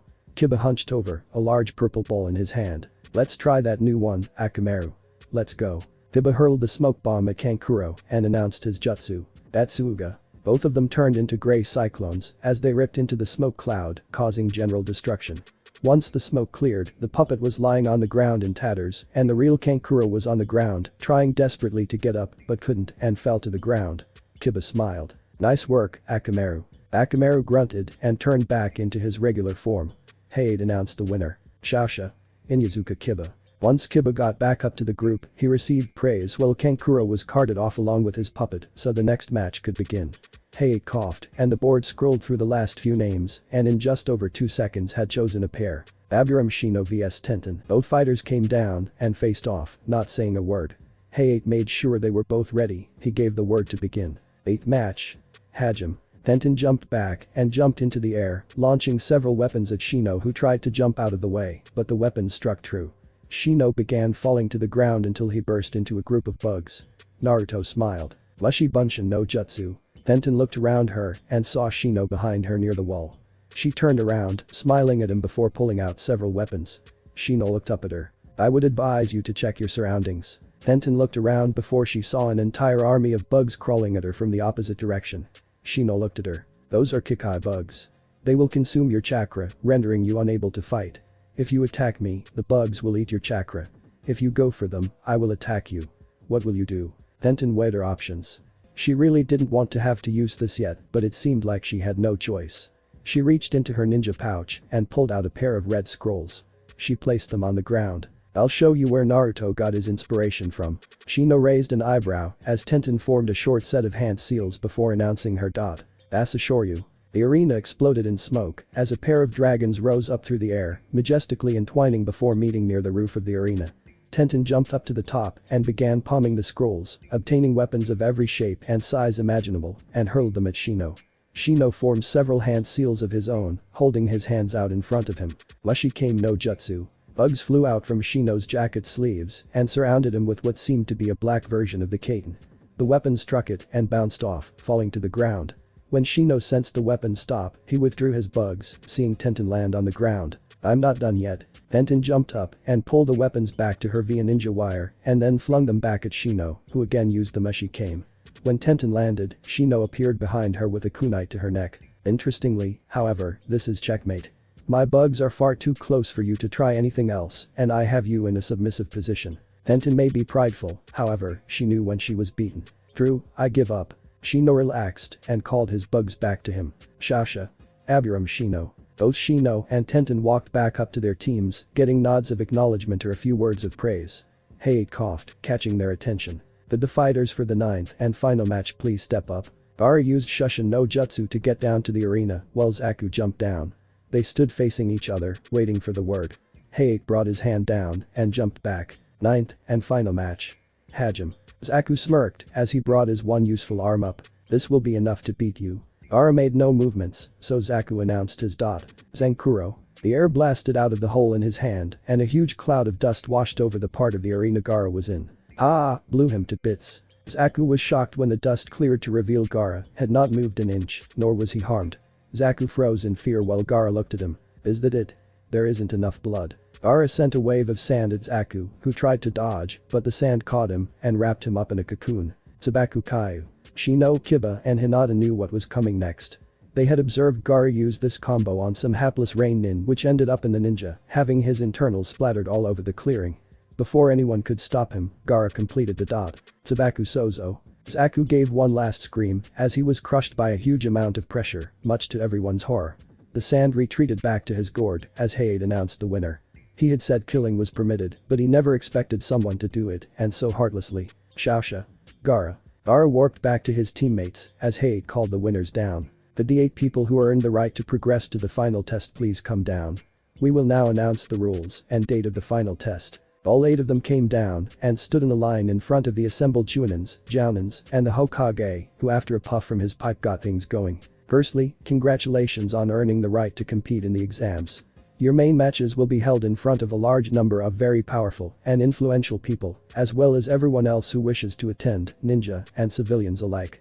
We wish for all of you to show off your true potential as your country's representative power. Therefore, to allow the important people to arrive here and also to give you time to train, the main matches will be held in exactly 1 month from today. Use this time to analyze what you found out about your opponents from the preliminaries and prepare for it. These preliminaries were conducted like real-life confrontations. You knew nothing of the others. But the main matches will not be like that. There are those who have revealed everything to their rivals, and then there are those who have revealed little. This is also the reason the matches are not beginning right away. To make things fair, train hard and improve yourselves over the next month. Before I let you go, I need each of you to take a piece of paper from the box Anko is holding. Take only one. Anko stepped forward with a box in her hand. I'll come to each of you, so don't worry. Anko went down the line, starting with Gaara and finishing with Niji. Once Niji had picked a piece of paper, Anko looked at them. I need each of you to tell me what number you got. Starting with you. She looked at Gaara. Gaara. 7. Hiba. 2. Taoji. 4. Shikamaru. 3. Naruto. 1. Shino. 6. Lee. 8. Niji. 5. Ibiki had been scribbling on a clipboard and when Niji called out his number, he stopped and turned it around so they could see what he was writing. These are the matchups for the main tournament. Round 1. Uzumaki Naruto vs Inuzuka Kiba. Nara Shikamaru vs Akimichi Choji. Hyuga Niji vs Aburam Shino. Tsubaku no Gaara vs Rock Lee. All of them took this information in before the Hokage dismissed them. Naruto knew that this was going to test his 7 years of training to the limits.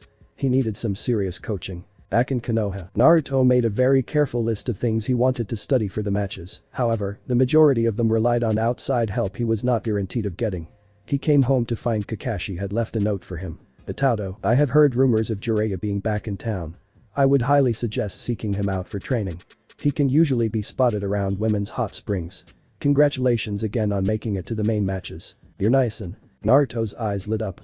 Jiraiya should be able to help him immensely with his training, assuming he found him. Naruto resolved to hunt the man down tomorrow, but for now, he needed sleep. Next morning, 9:30 a.m. Naruto had dropped by training area 19 to tell his teammates, as well as Kurenai, that he was going to go hunt down Jiraiya for training, who was rumored to be in town. Kurenai rubbed her temples. Remind me not to go to the bathhouses until he's gone. All 3 students looked at her with raised eyebrows. You'll see what I mean when you find him, Naruto. When Kakashi said around, he meant around. Naruto nodded as he said goodbye to his team, promising to come back for visits when he could. He set off to Konoha's only hot springs and went to the women's section, but instead of going inside, he took a detour around the outside, soon enough spotting a man peeking into the women's baths, giggling and scribbling notes onto a notepad. Naruto concealed his chakra and then snuck up on Jiraiya before letting the chakra mask go, shocking the hell out of the Sannin. Jiraiya turned around to see a boy with sun-kissed blonde hair smiling lazily at him. "What do you want, Gaki? Supervise my training." Jiraiya processed this for a second before he turned back to his research. "Yeah right kid. Do you even know who I am?" Naruto smiled lazily at Jiraiya. "Itaosen-sensei." This made Jiraiya's head whip around so fast that Naruto was amazed it hadn't fallen off. "What did you say?" "I said you were my father's sensei." Jiraiya's eyes narrowed. "That's not funny. Neither is the fact you disappeared from my life almost 13 years ago." Now that got Jiraiya's attention. His eyes narrowed before realization hit him when Naruto opened his eyes to reveal those sapphire blue orbs Jiraiya had known for so long. Coupled with the sun-kissed blonde hair, there was only one person this could be. Naruto? Naruto smiled again. Yup. Jiraiya wasn't sure about what to do. He'd been told that Naruto had died on the day of his birth, yet here he was, standing in front of him in the flesh, very real. Naruto saw the myriad of emotions wash over Jiraiya's face. Disbelief, confusion, anger, and finally, happiness. Jiraiya smiled at Naruto. "Sorry about leaving you. I was told you died on the day of your birth. I took leave of Konoha because I had nothing left there for me. So, how's your life been?" Naruto looked thoughtful. "The first 4 years were hell. But Kakashi Niasen adopted me after I turned 4 and from then on, life's been pretty good." Jiraiya nodded. "Okay. Well, I guess I could teach you a few things however, not here." Jiraiya put his pen and notebook away, leading Naruto somewhere less populated. Outside Konoha, Jiraiya had led Naruto to a waterfall not too far from the west gate of Konoha. Once they arrived, Jiraiya turned to Naruto. "So, tell me what you can do." Naruto nodded. "Well, after Kakashi Niasen adopted me, I got training from the 4 Jounin specialists. I learned from them for 7 years. I can open 3 celestial gates. My nin, gen, tai, arm tai, and fuin jutsu are all extremely accomplished for my age, and I have 3 elemental affinities which are fire, lightning, and wind. I graduated from the academy with a perfect record. I have 8 D-class missions, an A class that was disguised as a C class, and an ongoing S class.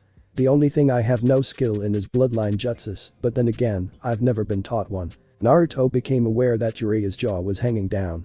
Naruto looked at him in a bored fashion. "Something wrong?" Jiraiya closed his mouth and shook his head. "No. I assume since you know about Arashi, you know about Kyuubi." Naruto nodded. Jiraiya thought for a moment. "How would you like to learn some bloodline jutsus?" Naruto's eyes lit up and he nodded. "We'll start you off with a relatively simple one. It's not so much a bloodline jutsu as it is handed down from student to pupil. The Kuchiyus no Jutsu." Naruto nodded. "Which species is the contract with?" "The frogs." Naruto nodded. He'd heard about one of the other Sannin summoning slugs, so frogs couldn't be too bad. Naruto nodded. "Sounds good." Jiraiya bit his thumb and formed the seals before summoning an orange frog that had a necklace on, with multiple swirling tattoos on its body. The frog unrolled its tongue and gave Naruto the summoning scroll. Naruto opened it to see several names in some sort of very traditional Japanese which he couldn't read. Naruto looked 2 spaces back from the one he would use and saw the name of Jiraiya there. The one closest to Naruto's spot had the name of Kazama Arashi. Naruto smiled sadly at this before he bit his thumb, writing his name with his blood before leaving his fingerprints before standing up, looking at Jiraiya. "Seals. Boar, dog, bird, monkey, ram. Remember to bite your thumb before the seals." Naruto nodded. He decided to start off with something small, so he bit his thumb and formed the seals. "Kuchiyus no Jutsu." Naruto slammed his palm onto the ground and when the smoke cleared, there was a small orange frog with some tattoos on it and a navy blue guy. The frog looked up at him. "Hey? Who are you? Never seen you before." Naruto smiled at the frog. "Name's Uzumaki Naruto. Amakichi. If you want to play, give me a snack." Naruto smiled as he pulled out a scroll and pulled a packet of chips out of one of the seals, opening it and handing it to the frog. The frog looked up at Naruto. "When I said a snack, you didn't have to give me a packet of them. Still, you seem like a nice guy. Catch you round, Naruto." Amakichi took the chips and poofed them out of existence. Naruto decided to try something bigger, so he bit his thumb and started forming the seals. With the amount of chakra Naruto was channeling, Jiraiya warily stepped back. Naruto slammed his palm onto the ground. "Kuchiyus no Jutsu." The entire area was covered in smoke and Naruto found himself on top of one very big frog. The frog had a scar running over its left eyelid. He had a navy blue guy with a sword strapped to his side. Naruto looked at the frog and the frog looked at him. "What are you doing in my head, Gaki? Where's Jiraiya?" Naruto looked lazily at him. "I'm in your head because I summoned you. As for Jiraiya, he's down there somewhere." Gamabunta narrowed his eyes at Naruto before he burst out laughing. "You summoned me, the great Gamabunta-sama. Dream on, Gaki." Naruto smiled lazily at him. He knew how to deal with arrogant people like this. They're pretty stupid to summon a boss. The frog's eyes narrowed again at Naruto. Ninjato. Do you have any idea who you're talking to? Yup. Someone who is unable to accept the fact that I summoned you. If you don't believe me, how about we make a bet to prove it? The frog smiled. A bet? What are the conditions? You have to do your best to throw me off your head by sunset. If you do, I'll accept your judgment on whether I summoned you or not. And if you win, you will allow me to summon you when I need to, and you will listen to my orders. That's stupid. Afraid you'll lose? After having his credibility doubted like that, he decided to prove just how weak this kid was. Fine. Don't blame me when you die. Amabunta proceeded to try and get Naruto off his head in every way he could. He shook his head from side to side, jumping up and down, going underwater, resurfacing, and taking a leap before resuming. This lasted for hours until the sun finally set. Naruto looked down at Gamabunta, trying to just manage to hide his exhaustion. I won, Gamabunta. Gamabunta had to admit this kid was good. He wasn't your average kid. He looked up at him. Fine. I listen to you, and you can summon me whenever you want. Don't let it go to your head, Naruto. Naruto nodded and hopped down, and Gamabunta disappeared. Jiraiya came out and looked at Naruto. Naruto, we're done for the day. Come back here at the same time tomorrow. Sure thing. Naruto walked off as Jiraiya went back to his research. Next morning, 10 a.m. Naruto had come back to the waterfall and spotted Jiraiya giggling as he peeked through some bushes.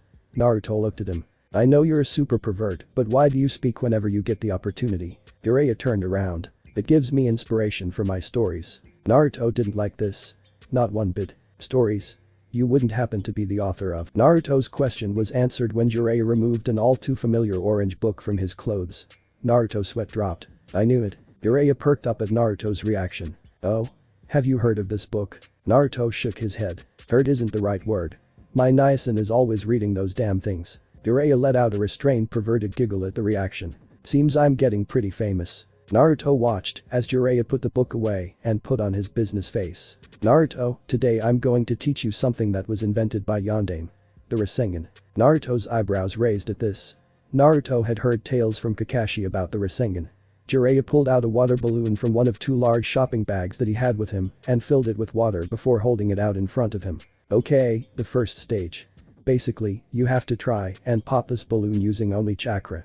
It combines the principle of the tree climbing exercise, which I'm sure you've done, with the principle of the water walking exercise. Watch. The balloon started stretching out at odd angles, as if something was struggling to get out. Finally, the balloon popped water everywhere. Naruto looked on, trying to analyze what had just happened. To further explain it, like with the tree climbing exercise, you must maintain a constant amount of chakra by focusing your mind and keeping that concentration.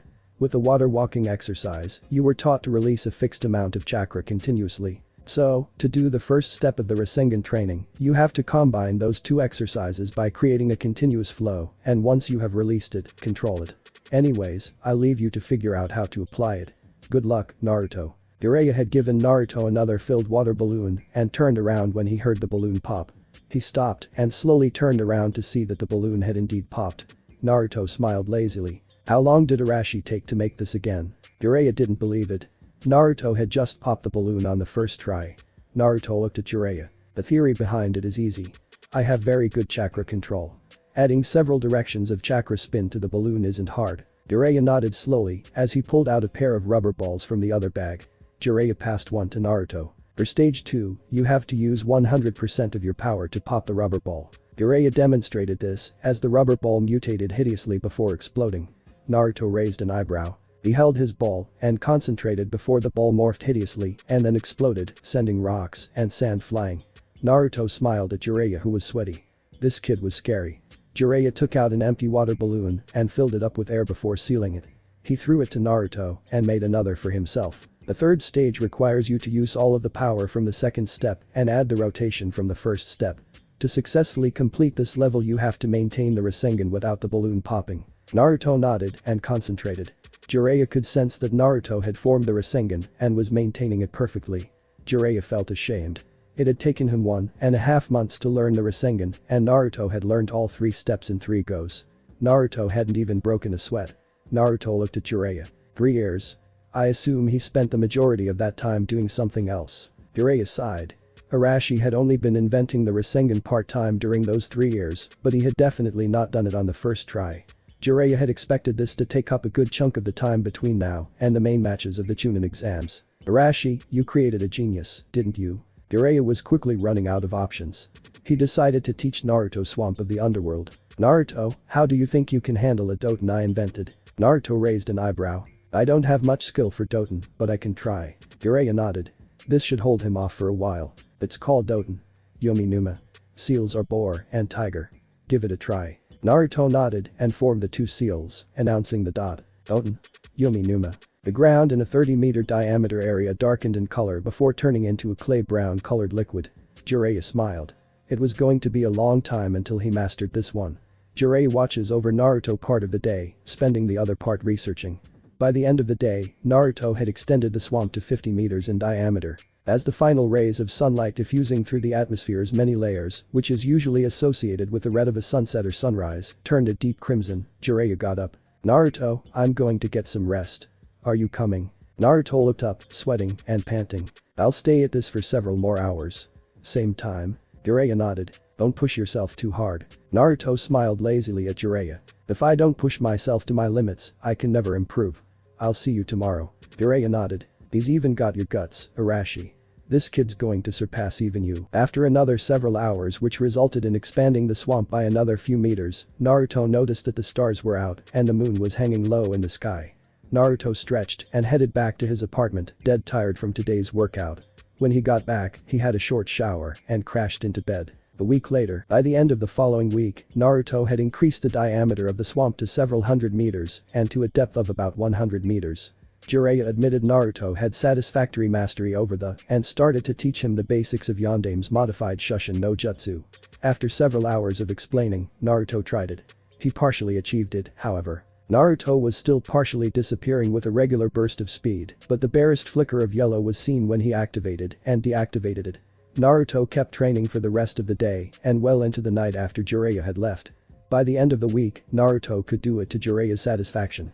Jiraiya had one that would help Naruto immensely. Naruto, I'm going to teach you one more and then introduce you to another one, which I will leave you to learn.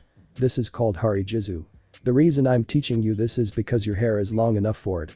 To do it, just channel chakra to the roots of your hair and force it to grow into a hardened shield of spikes that will protect you from most Taijutsu attacks. This is how it's done. Jiraiya formed a half-ram seal and his hair exploded out in all directions, covering him in a way hedgehog or echidna would if they rolled up into a ball. Naruto tried it and his hair slowly grew at first until he pumped more chakra into it and his hair encased him in a shield much like Jiraiya's except blonde instead of white. Naruto let go and looked at Jiraiya who smiled at him. There's something else, Naruto.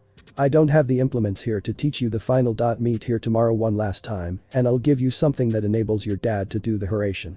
Naruto nodded and smiled. Catch you round. Jiraiya nodded and went back to his research leaving Naruto with a free day. He decided to go and meet up with his team. Training Ground 19. Kurenai was teaching both Choji and Shikamaru some theory behind some genjutsu or another when Naruto walked up to them. They greeted him and after some small chat, Naruto asked how things were going with their training.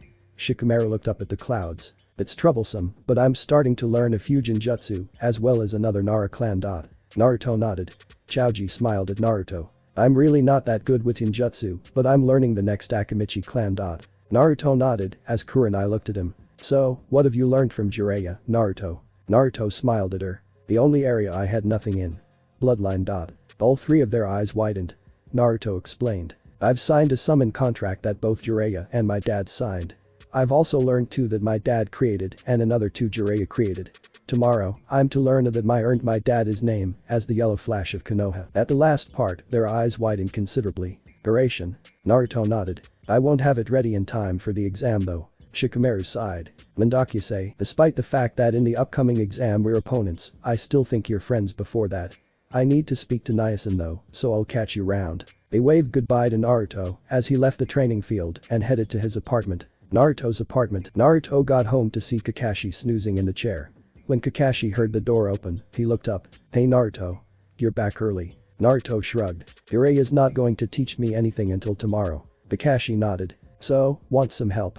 Naruto nodded. Is it possible for a person to sign more than one summoning contract? Kakashi raised an eyebrow. There's no strict rule against it, however, it's not common practice.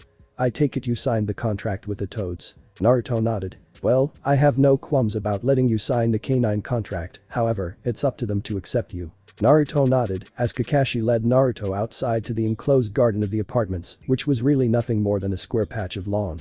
Kakashi bit his thumb and formed the seals. Uchiha no Jutsu. The smoke cleared and a fairly large dog was there. He wore a navy blue guy and wore sunglasses as well as a Konoha Hitai-8. The dog dropped the scroll and Kakashi opened it. Naruto didn't recognize any other names apart from Kakashi. Naruto bit his thumb and signed his name next to Kakashi's, ending in his fingerprints. Naruto realized his problem. If he summoned the boss of the K9s here, he'd destroy several of the apartment complexes. So he looked at Kakashi who smiled. Go summon him where there's a bit more space. Naruto nodded and walked off to a training ground that was usually empty.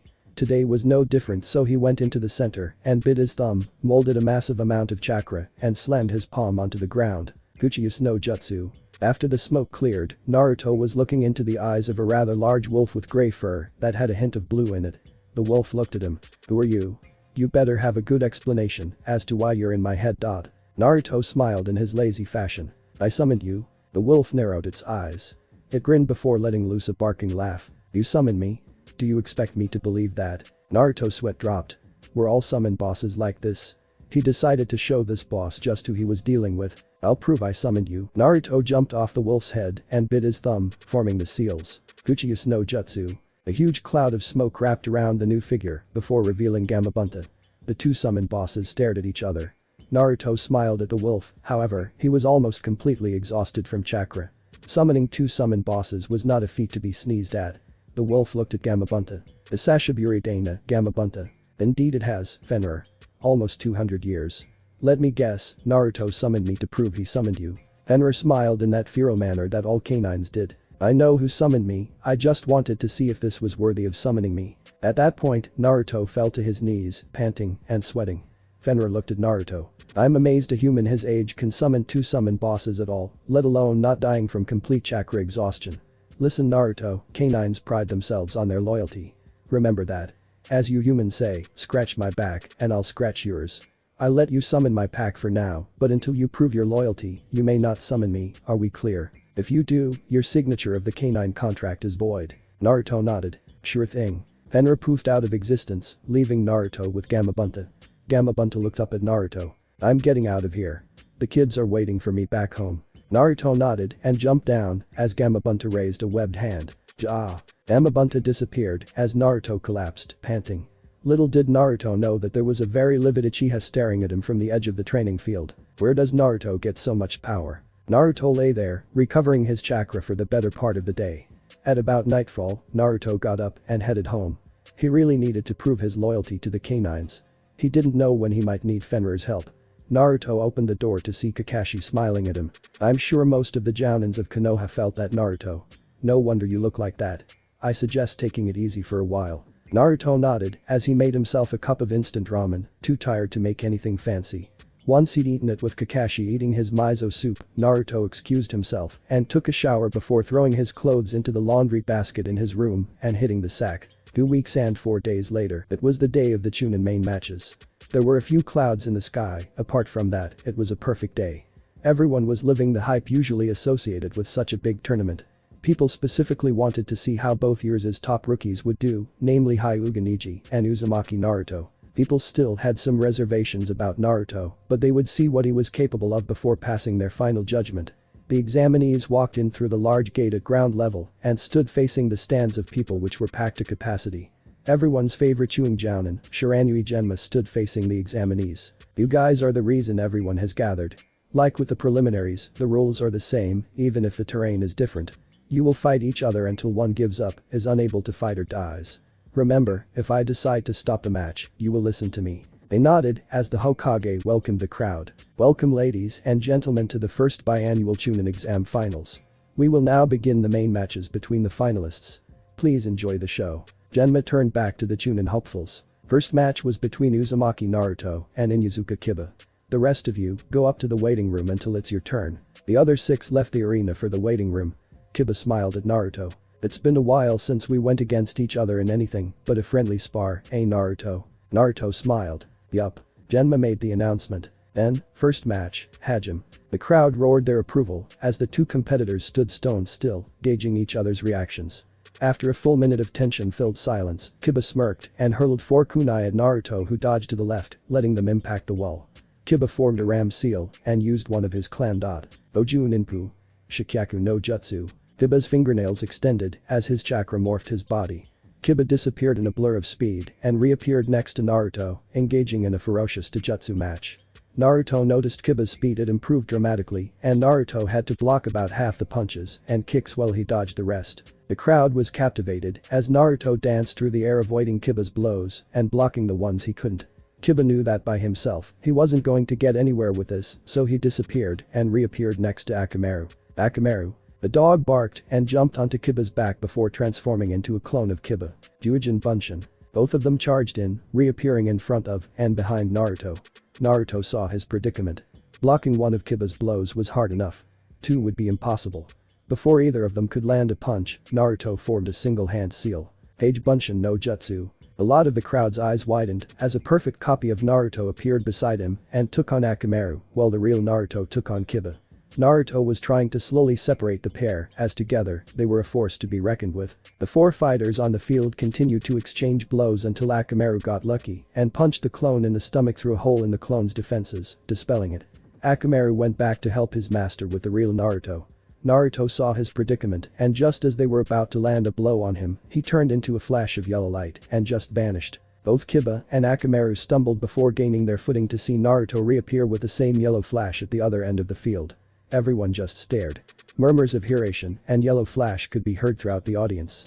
Kiba looked at Naruto with wide eyes. What was that? Naruto smiled at Kiba. A modified version of the Shunshin no Jutsu unique to Konoha. Kiba tried to regain his senses as both he and Akamaru took out 8 shuriken each. He hurled them at Naruto to prepare for the next attack. Every time I see you, you just get faster, Naruto. Akamaru. Let's go. Getsuga. Naruto dodged the shuriken as both Kiba and Akamaru turned into gray cyclones as they crisscrossed the field, ripping up the ground as they tried to confuse Naruto where they would attack from. After a few seconds, they broke off and tried to hit Naruto from 2 different directions. Naruto jumped out of the way only to see both of them come at him again while he was still in midair, unable to block. I see a weak spot. Both cyclones slammed into Naruto and then broke out as Naruto fell to the ground, not moving. Gotcha. Naruto poofed into a log that had one of the larger varieties of explosive notes attached to it, and Kiba's eyes widened as the note fizzled down to its last part and exploded, sending Kiba and Akamaru flying back into the stadium wall. The impact dispelled Akamaru's henge, and they both looked at Naruto, who had reappeared in the middle of the stadium. Kiba grit his teeth from the pain when he decided to use his last resort. Akamaru, we're going to use it.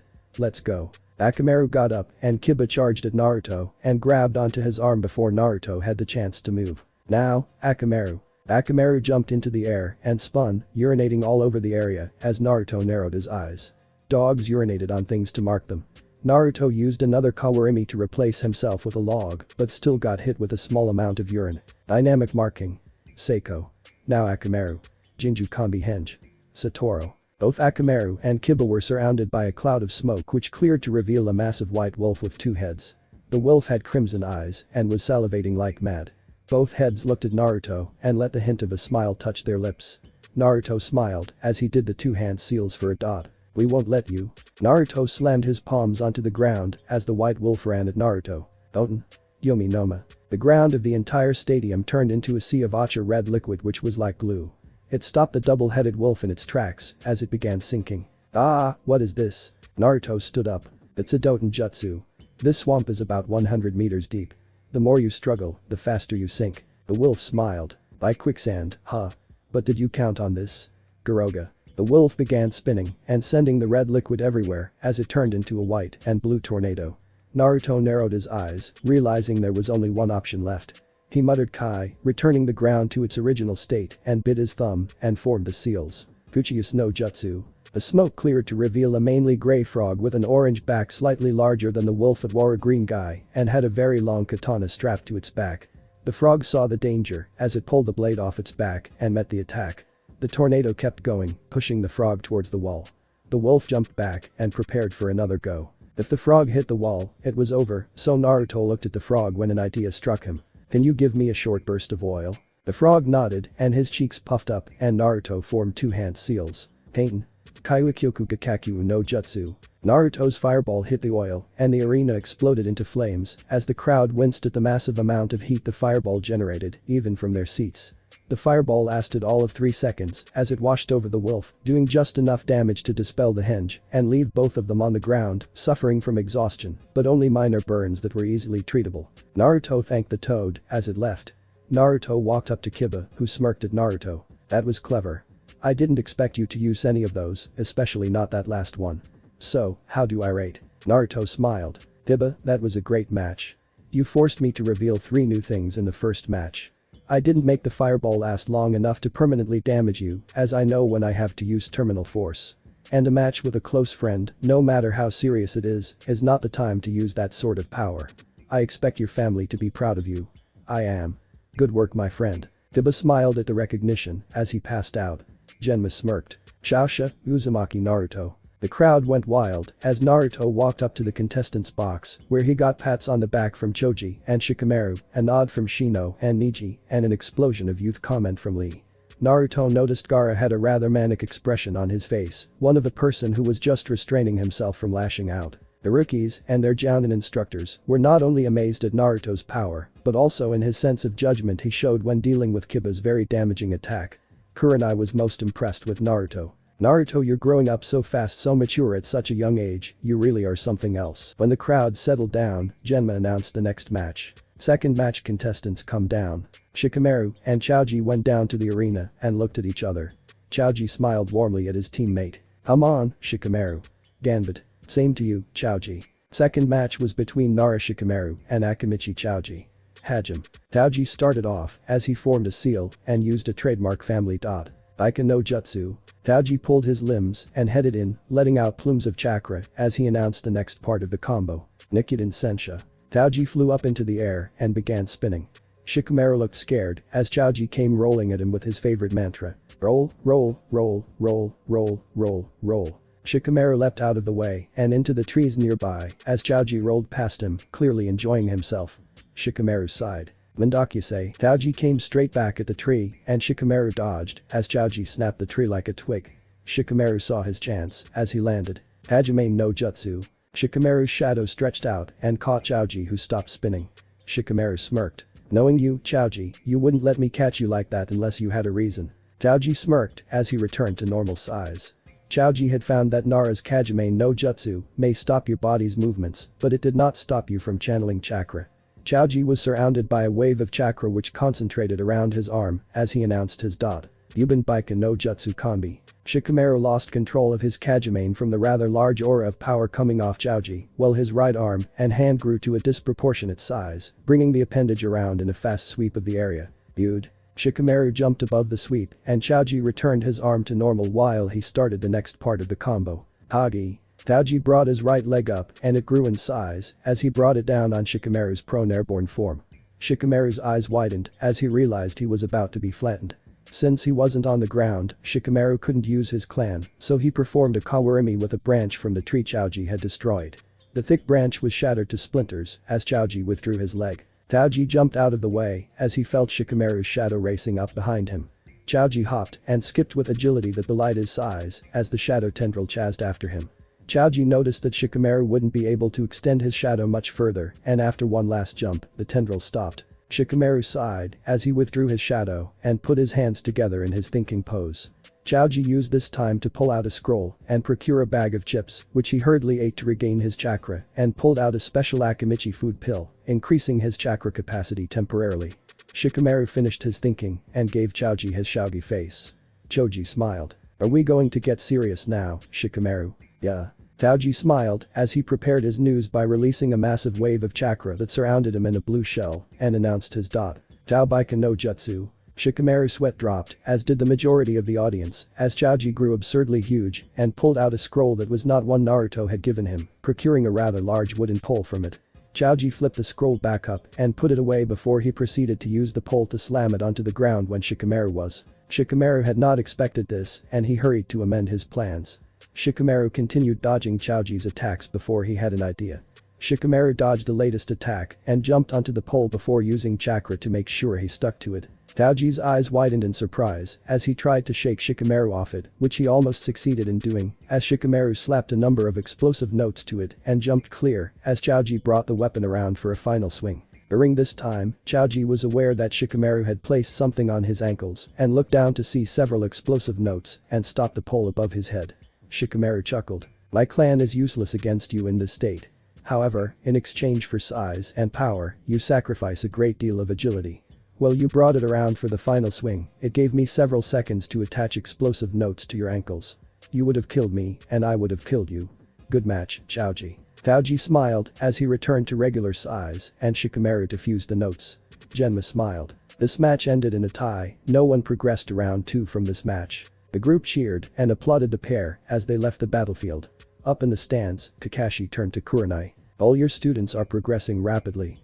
It's not surprising they made it this far." Kurenai nodded in acknowledgement as they exchanged a few more words before Genma announced the next match. "Next match contestants, get down here." Both Shino and Niji came down and faced off. Both of them are calm, cool, and collected. Shino with his hands in his pockets while Niji had his hands at his sides. This was one of the 2 fights the majority of people had come to see. Genma looked at each of them, seeing they were ready, he started the match. Third match was between Hyuga Niji and Abiram Shino. Hajime. Both of them remained still. Everyone in the crowd held their breath before Niji smirked. "Naruto has a lot of confidence in your abilities from what he has told me of you. I wish to see why." Shino didn't move a muscle as he spoke. "Naruto also speaks quite highly of you." Niji smiled as he got into his Jaiken stance, but Shino did not get into any stance. Niji activated his Byakugan and charged Shino, leaving after images behind him. Shino raised hands to let his bugs free, but he could not do so in time as Niji struck his heart with his extended hand. Shino collapsed to the floor and burst into bugs, making Niji jump back. Niji saw Shino behind him, sending a wave of bugs at him. Niji knew from his research that these bugs ate a person's chakra, so he decided to test the theory in the most extreme circumstances. He got down and released chakra from all his tenketsu spinning like a top. Hakashu Kaiten. The bugs collided with the spinning wall of chakra and consumed a small amount of it before they were shredded to pieces. Eventually, both parties stopped their assault defense to minimize their losses. Niji knew that these bugs lived on chakra and with his Byakugan could see that the bugs were eating Shino's chakra as well, leaving him with minimal chakra to use for dot. Niji saw a weakness in the Abiram method. As long as the bugs could not feed on chakra, they would not listen to him. So, Niji prepared for his clan's ultimate goal. He got into a stance which the Hyugas in the audience recognized immediately. "This is it. You are within range of my divination." Shino raised an eyebrow at this claim as Niji prepared for the dot. "Juiken Hu. Hakirakujuai Onshu." Niji charged in and delivered the first 2 strikes with blinding precision and speed. Haki.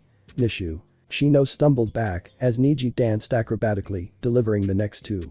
Yonshu. Shino continued to stumble back as Niji pounded him with the next wave. Hashu. Yoroku Shu. Sanjuunishu. Rakujuai Onshu. Niji pumped a lot of chakra into the combo and sent Shino flying back as he smirked. However, Niji was suddenly aware that his chakra was declining far more rapidly than it should. He looked at his hands and arms to see them covered in bugs.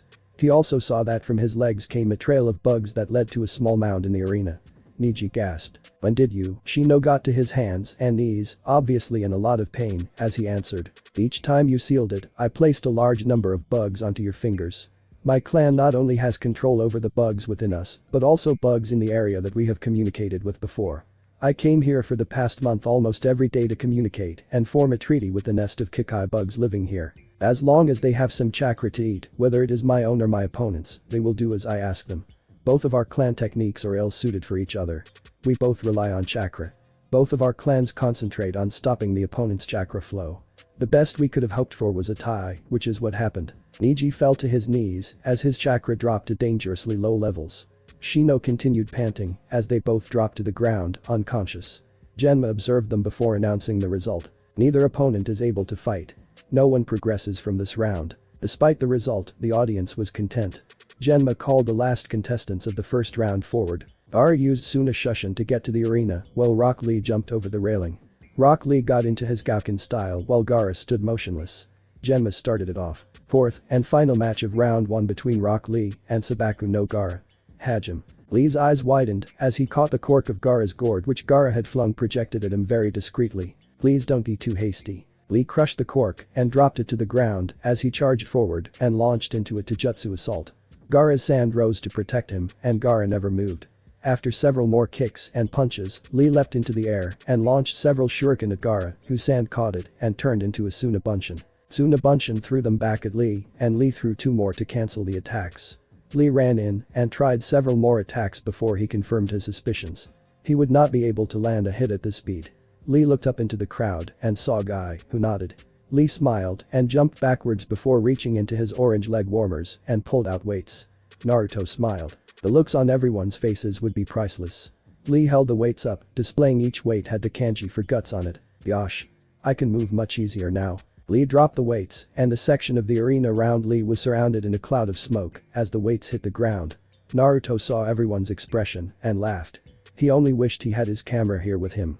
Naruto stopped his laughter and mentally groaned when he heard Guy shout out to his student. Ike. Lee. Asu. Lee charged at Gaara with blinding speed that shocked everyone. Lee punched Gaara's Suna no Tate, breaking through it and disappearing, leaving a whistling noise in the air from the speed he was moving. He proceeded to smash the sand shield in places, leaving Gaara wide-eyed and looking frantically for Lee. Finally, Lee aimed a straight punch and smashed Gaara in the face, sending him sprawling. When he got back up, Guy could be heard with another one of his cheesy lines with matching genjutsu that even Kurenai couldn't make sense of, making everyone in the general vicinity rather afraid of the man. Tsushoha. Bakuhatsu da. Asu. Lee's eyes caught fire as he charged in again and proceeded to land several more hits on Gaara before Lee noticed that his attacks were having little effect, possibly because of the fact that Gaara had sand covering his face. Gaara's face twisted into a grin that can only be associated with serial killers and madmen. The sand replaced itself and Gaara looked at Lee. Lee knew his only option left to get rid of that sand was to apply high damage from above the sand, so he undid the medical tape around his hands and prepared for his move. Prepare yourself. Lee charged in and created a ring of dirt around Gaara from running as fast as he was. Gaara was wary. Hurry up and come. As you wish. Lee broke out of the ring and gave Gaara a savage kick to the chin, but Gaara would not float. I'm not done yet. Lee pushed himself off the ground with his hands and proceeded to give Gaara a sickening combo of kicks that resounded throughout the stadium. The sand tried futilely to catch up to its master as Lee continued high into the sky. After the last one, Lee froze from the pain and shut his eyes before regaining his resolve, wrapping the bandages around Gaara, grabbing hold of him and beginning spinning until they were a blur. Take this. Amit Renge. The pair crashed into the ground, making it shatter under the impact, kicking up a huge cloud of dust and throwing rocks everywhere. Lee landed beside the crater, breathing heavily. That should have hurt. Lee noticed that part of Gaara's face cracked and fell in, revealing nothing but an empty shell of sand. The whole body lost its color and disintegrated, much to everyone's chagrin. And Nani? Lee turned around to see Gaara rise from the ground and smirk at him, laughing maniacally. Gaara formed a ram seal and smirked as the sand shot upwards before slamming into Lee, making him scream out in pain. Naruto knew that after opening the first gate like that, Lee was in no position to dodge from the pain it inflicted to his body. Naruto was forced to watch Gaara for the next 15 minutes with Lee before Lee looked up into the crowd and let a tear shed from his eye. Naruto could tell without looking that Guy was smiling at him. If this was any indication, this was bad. Very bad. Lee regained his speed, much to everyone's amazement. Lee stared at Gaara. Guy-sensei is smiling for me. That alone is enough to make me stronger. Far stronger. Naruto's eyes bulged. He was going to use his most powerful move. In what to others was extremely uncharacteristic, Naruto yelled out to Lee. Lee. Don't you dare use that move. You'll die. Everyone stared at Naruto. Those close to him felt the waves of fear rolling off him and knew what he was saying was true. I'm sorry, Naruto-kun, but I have to. The condition to use it has been met. Lee focused himself and was surrounded by a column of chakra-infused wind. Gaara was unfazed. I don't know what you're doing, but this is the end for you. True.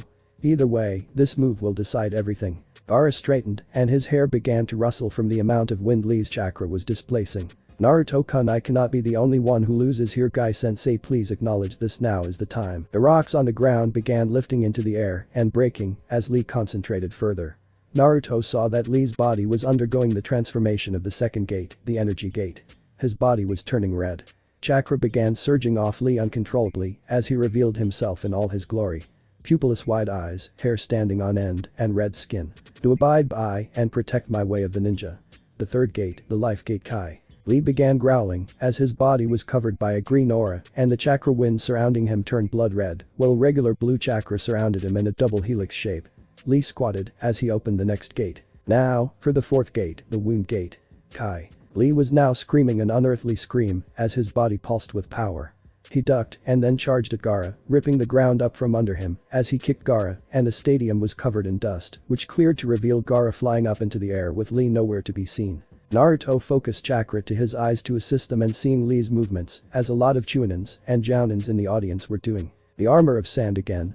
Then how about this? Lee used a modified version of Shushin unique to him and Guy to reappear in front of Gaara and smashed him towards the ground, releasing a visible shockwave before using the Shushin to get behind Gaara and smashed him again up into the air again. This process repeated for well over 3 minutes until Lee got above him and prepared for the final attack. This is the end. Fifth gate, the forest gate. Kai. Lee was surrounded by a faint blue glow for a second before he charged at Gaara.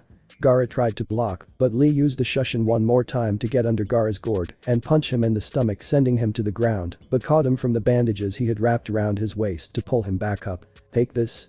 You're a wrench. Lee slammed his right fist and foot into Gaara with all the strength he had left, watching him as he plummeted to earth, letting off a cloud of dust and rock that again covered the stadium, and Naruto saw Lee roll out of the cloud and come to a complete stop. When the cloud of dust dissipated, everyone saw Gaara surrounded by a small shield of sand that had protected him just enough to save his life. He was breathing heavily as he raised his hand shakily at Lee and sent a wave of sand at him while Lee tried pitifully to get out of the way. He couldn't even get out of the way with his muscles ripped and the sand closed in on Lee when it exploded outwards. When it cleared, everyone saw Naruto there, glaring at Gaara. Gaara looked at him. Why? Why did you save him? Because, unlike you, I know when to stop a fight. Lee's muscles have been completely ripped to pieces. He is incapable of defending himself and you try to kill him. To me, Lee is an important friend I am willing to die for. If that means killing you to ensure he'll live, so be it. Gaara stiffened as he clutched his head and moaned in pain. Naruto stared at Gaara as he shakily got up, the gourd reforming on his back. Gaara started walking off as Genma announced the winner. Shasha. Everyone gasped as Naruto turned around to see Lee standing, his knees shaking, standing in his Gauken style. Naruto ran to Lee. Lee, Yumero. You've done enough. Naruto gasped as his eyes began to water before he saw what had really happened. Lee, you're still trying even after you've lost consciousness. I don't believe it, Lee, you're stronger than I could ever be. Shasha. Gaara. I appeared on the field and hugged Lee gently as he laid him on the ground. Naruto saw the medics rushing onto the field as they began checking Lee. After about 30 seconds, they made their analysis. I-san Lee's injuries are severe. It's amazing he's still alive. If Naruto-san had not stopped that attack, this boy would most likely be dead now. With these injuries, it will take several months to heal with all of our current specialists working on him. I nodded solemnly as they carted Lee off to the medical facilities of the stadium to stabilize him before moving him to the hospital to receive emergency treatment. Genma turned back to the crowd. Ladies and gentlemen, as with all Chunin exam finals, we will now have a 1-hour recess between the rounds. Slowly, people started getting up and leaving the stands to go to the bathroom, buy food and drink, and stretch their muscles. All talk was of Naruto and Lee. Naruto left to check up on Lee when he got there, the medic saw him and one came over to him. Naruto-san, thank you for stepping in for Lee. If he had been hit with that sand, he would never have been able to be a shinobi again. Naruto nodded solemnly. Can I see him? The medic nodded and led Naruto into the room where Neji, Tenten, and Guy were watching the medics working on Lee. They turned to Naruto. Guy began crying as he hugged Naruto, who stiffened. Naruto-kun. You are the epitome of youth. Thank you for saving Lee. Naruto nodded. No problem, Guy-sensei. Is there anything I can do for you to repay you for such a glorious display of youthfulness? Naruto could think of one thing and only one thing. How about letting go of me? It's kinda hard to breathe. I let go of Naruto and he gasped for air. Guy smiled at Naruto. My apologies, Naruto-kun. They chatted for a bit longer before Naruto decided to go see the others. 5 minutes later, in the shops of the stadium, all of the rookie genin and their jounin senseis except Sasuke had decided to get something to eat, settling for barbecue. They had taken their seats and were about to make their orders when Naruto walked in.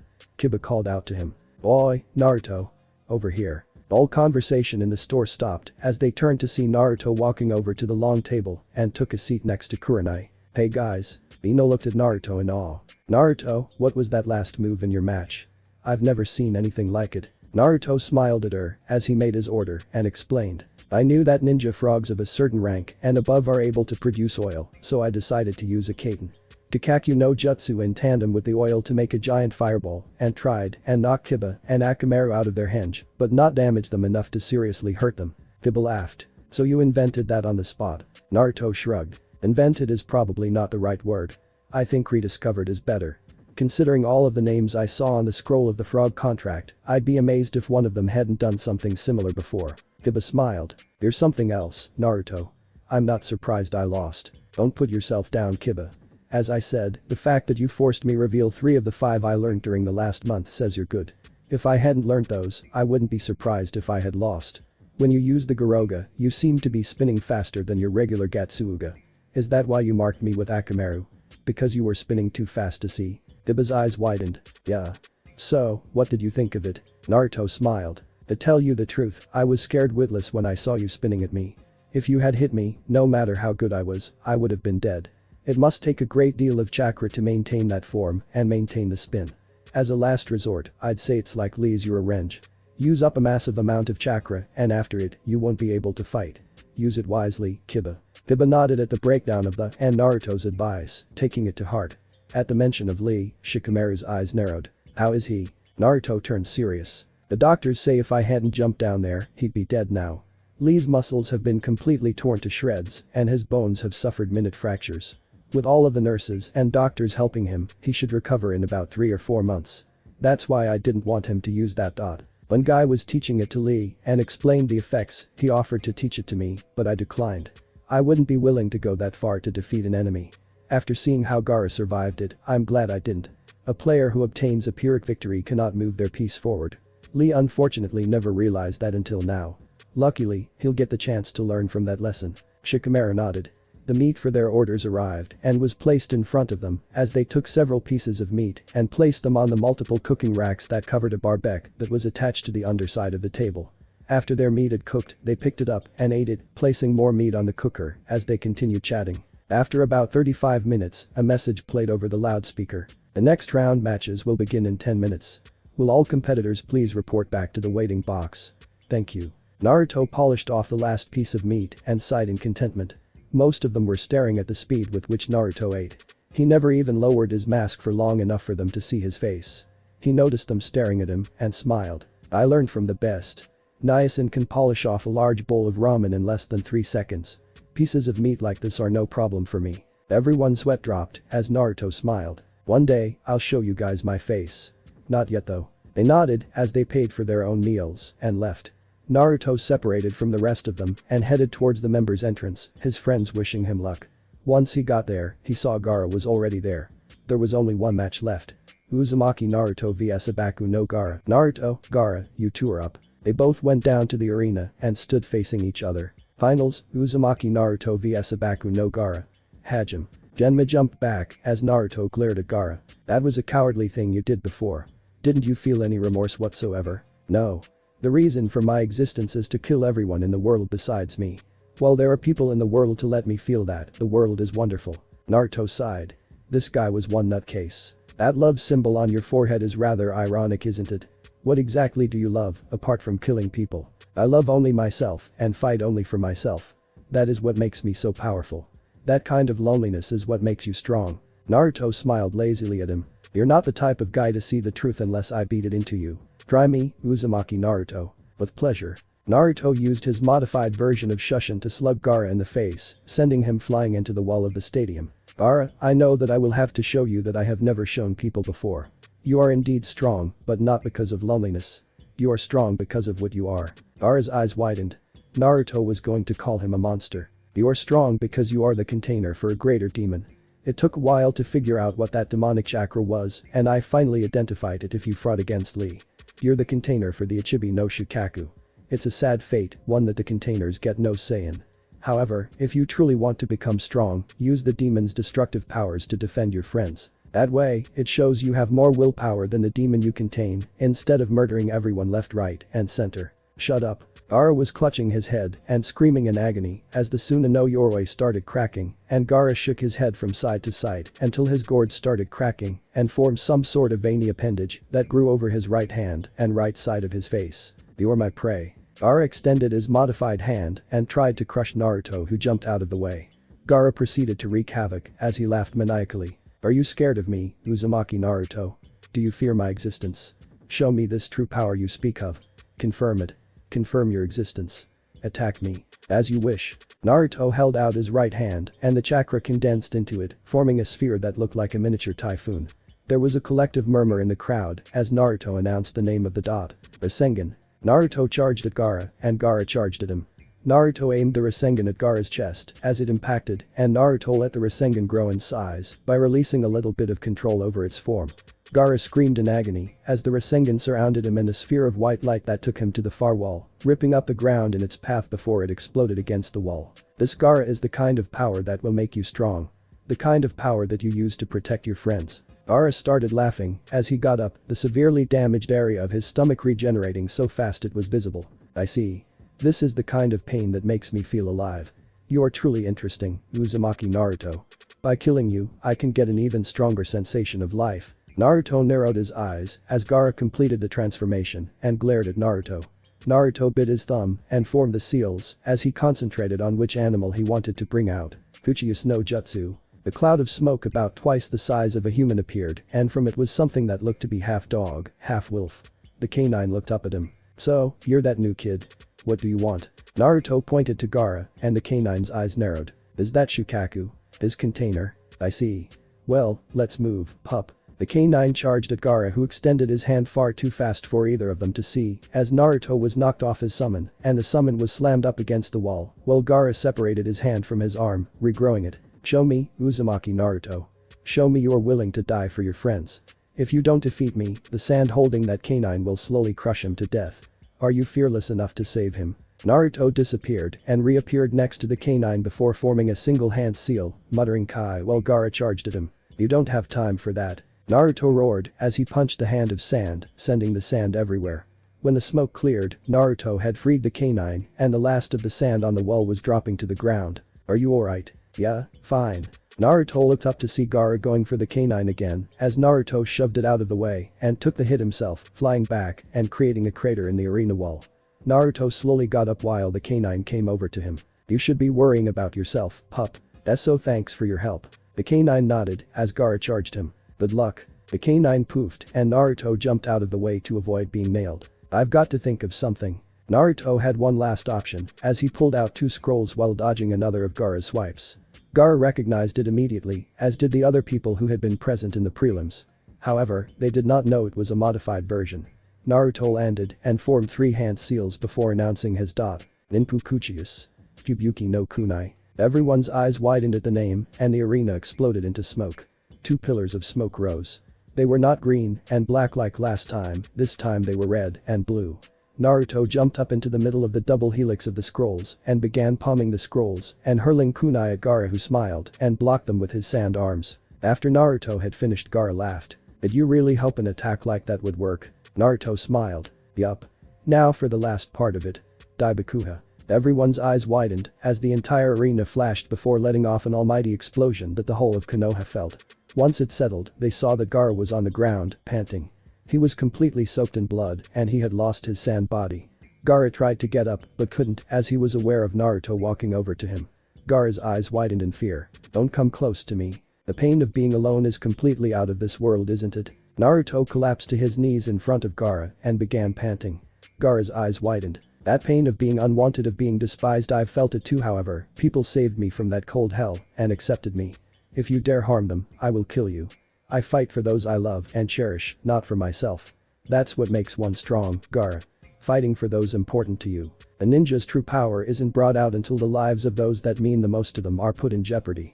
That is when the true power of a ninja will take form. Remember that." Gaara got a blank look on his face that people who were lost deep in memory and thought war. Genma checked Gaara and smiled. Gaara is unable to continue, making Uzumaki Naruto the winner of the Chunin selection exams. The crowd erupted into thunderous applause and cheering as Naruto dropped face down on the ground. Naruto whispered to himself. Kurenai-chan, I did it. Naruto fell unconscious as the medics came out and took both Naruto and Gaara away for medical treatment. Thanks for watching my video and make sure to check out the author of this fanfic. Link is in the description. See you next time. Till then, sayonara.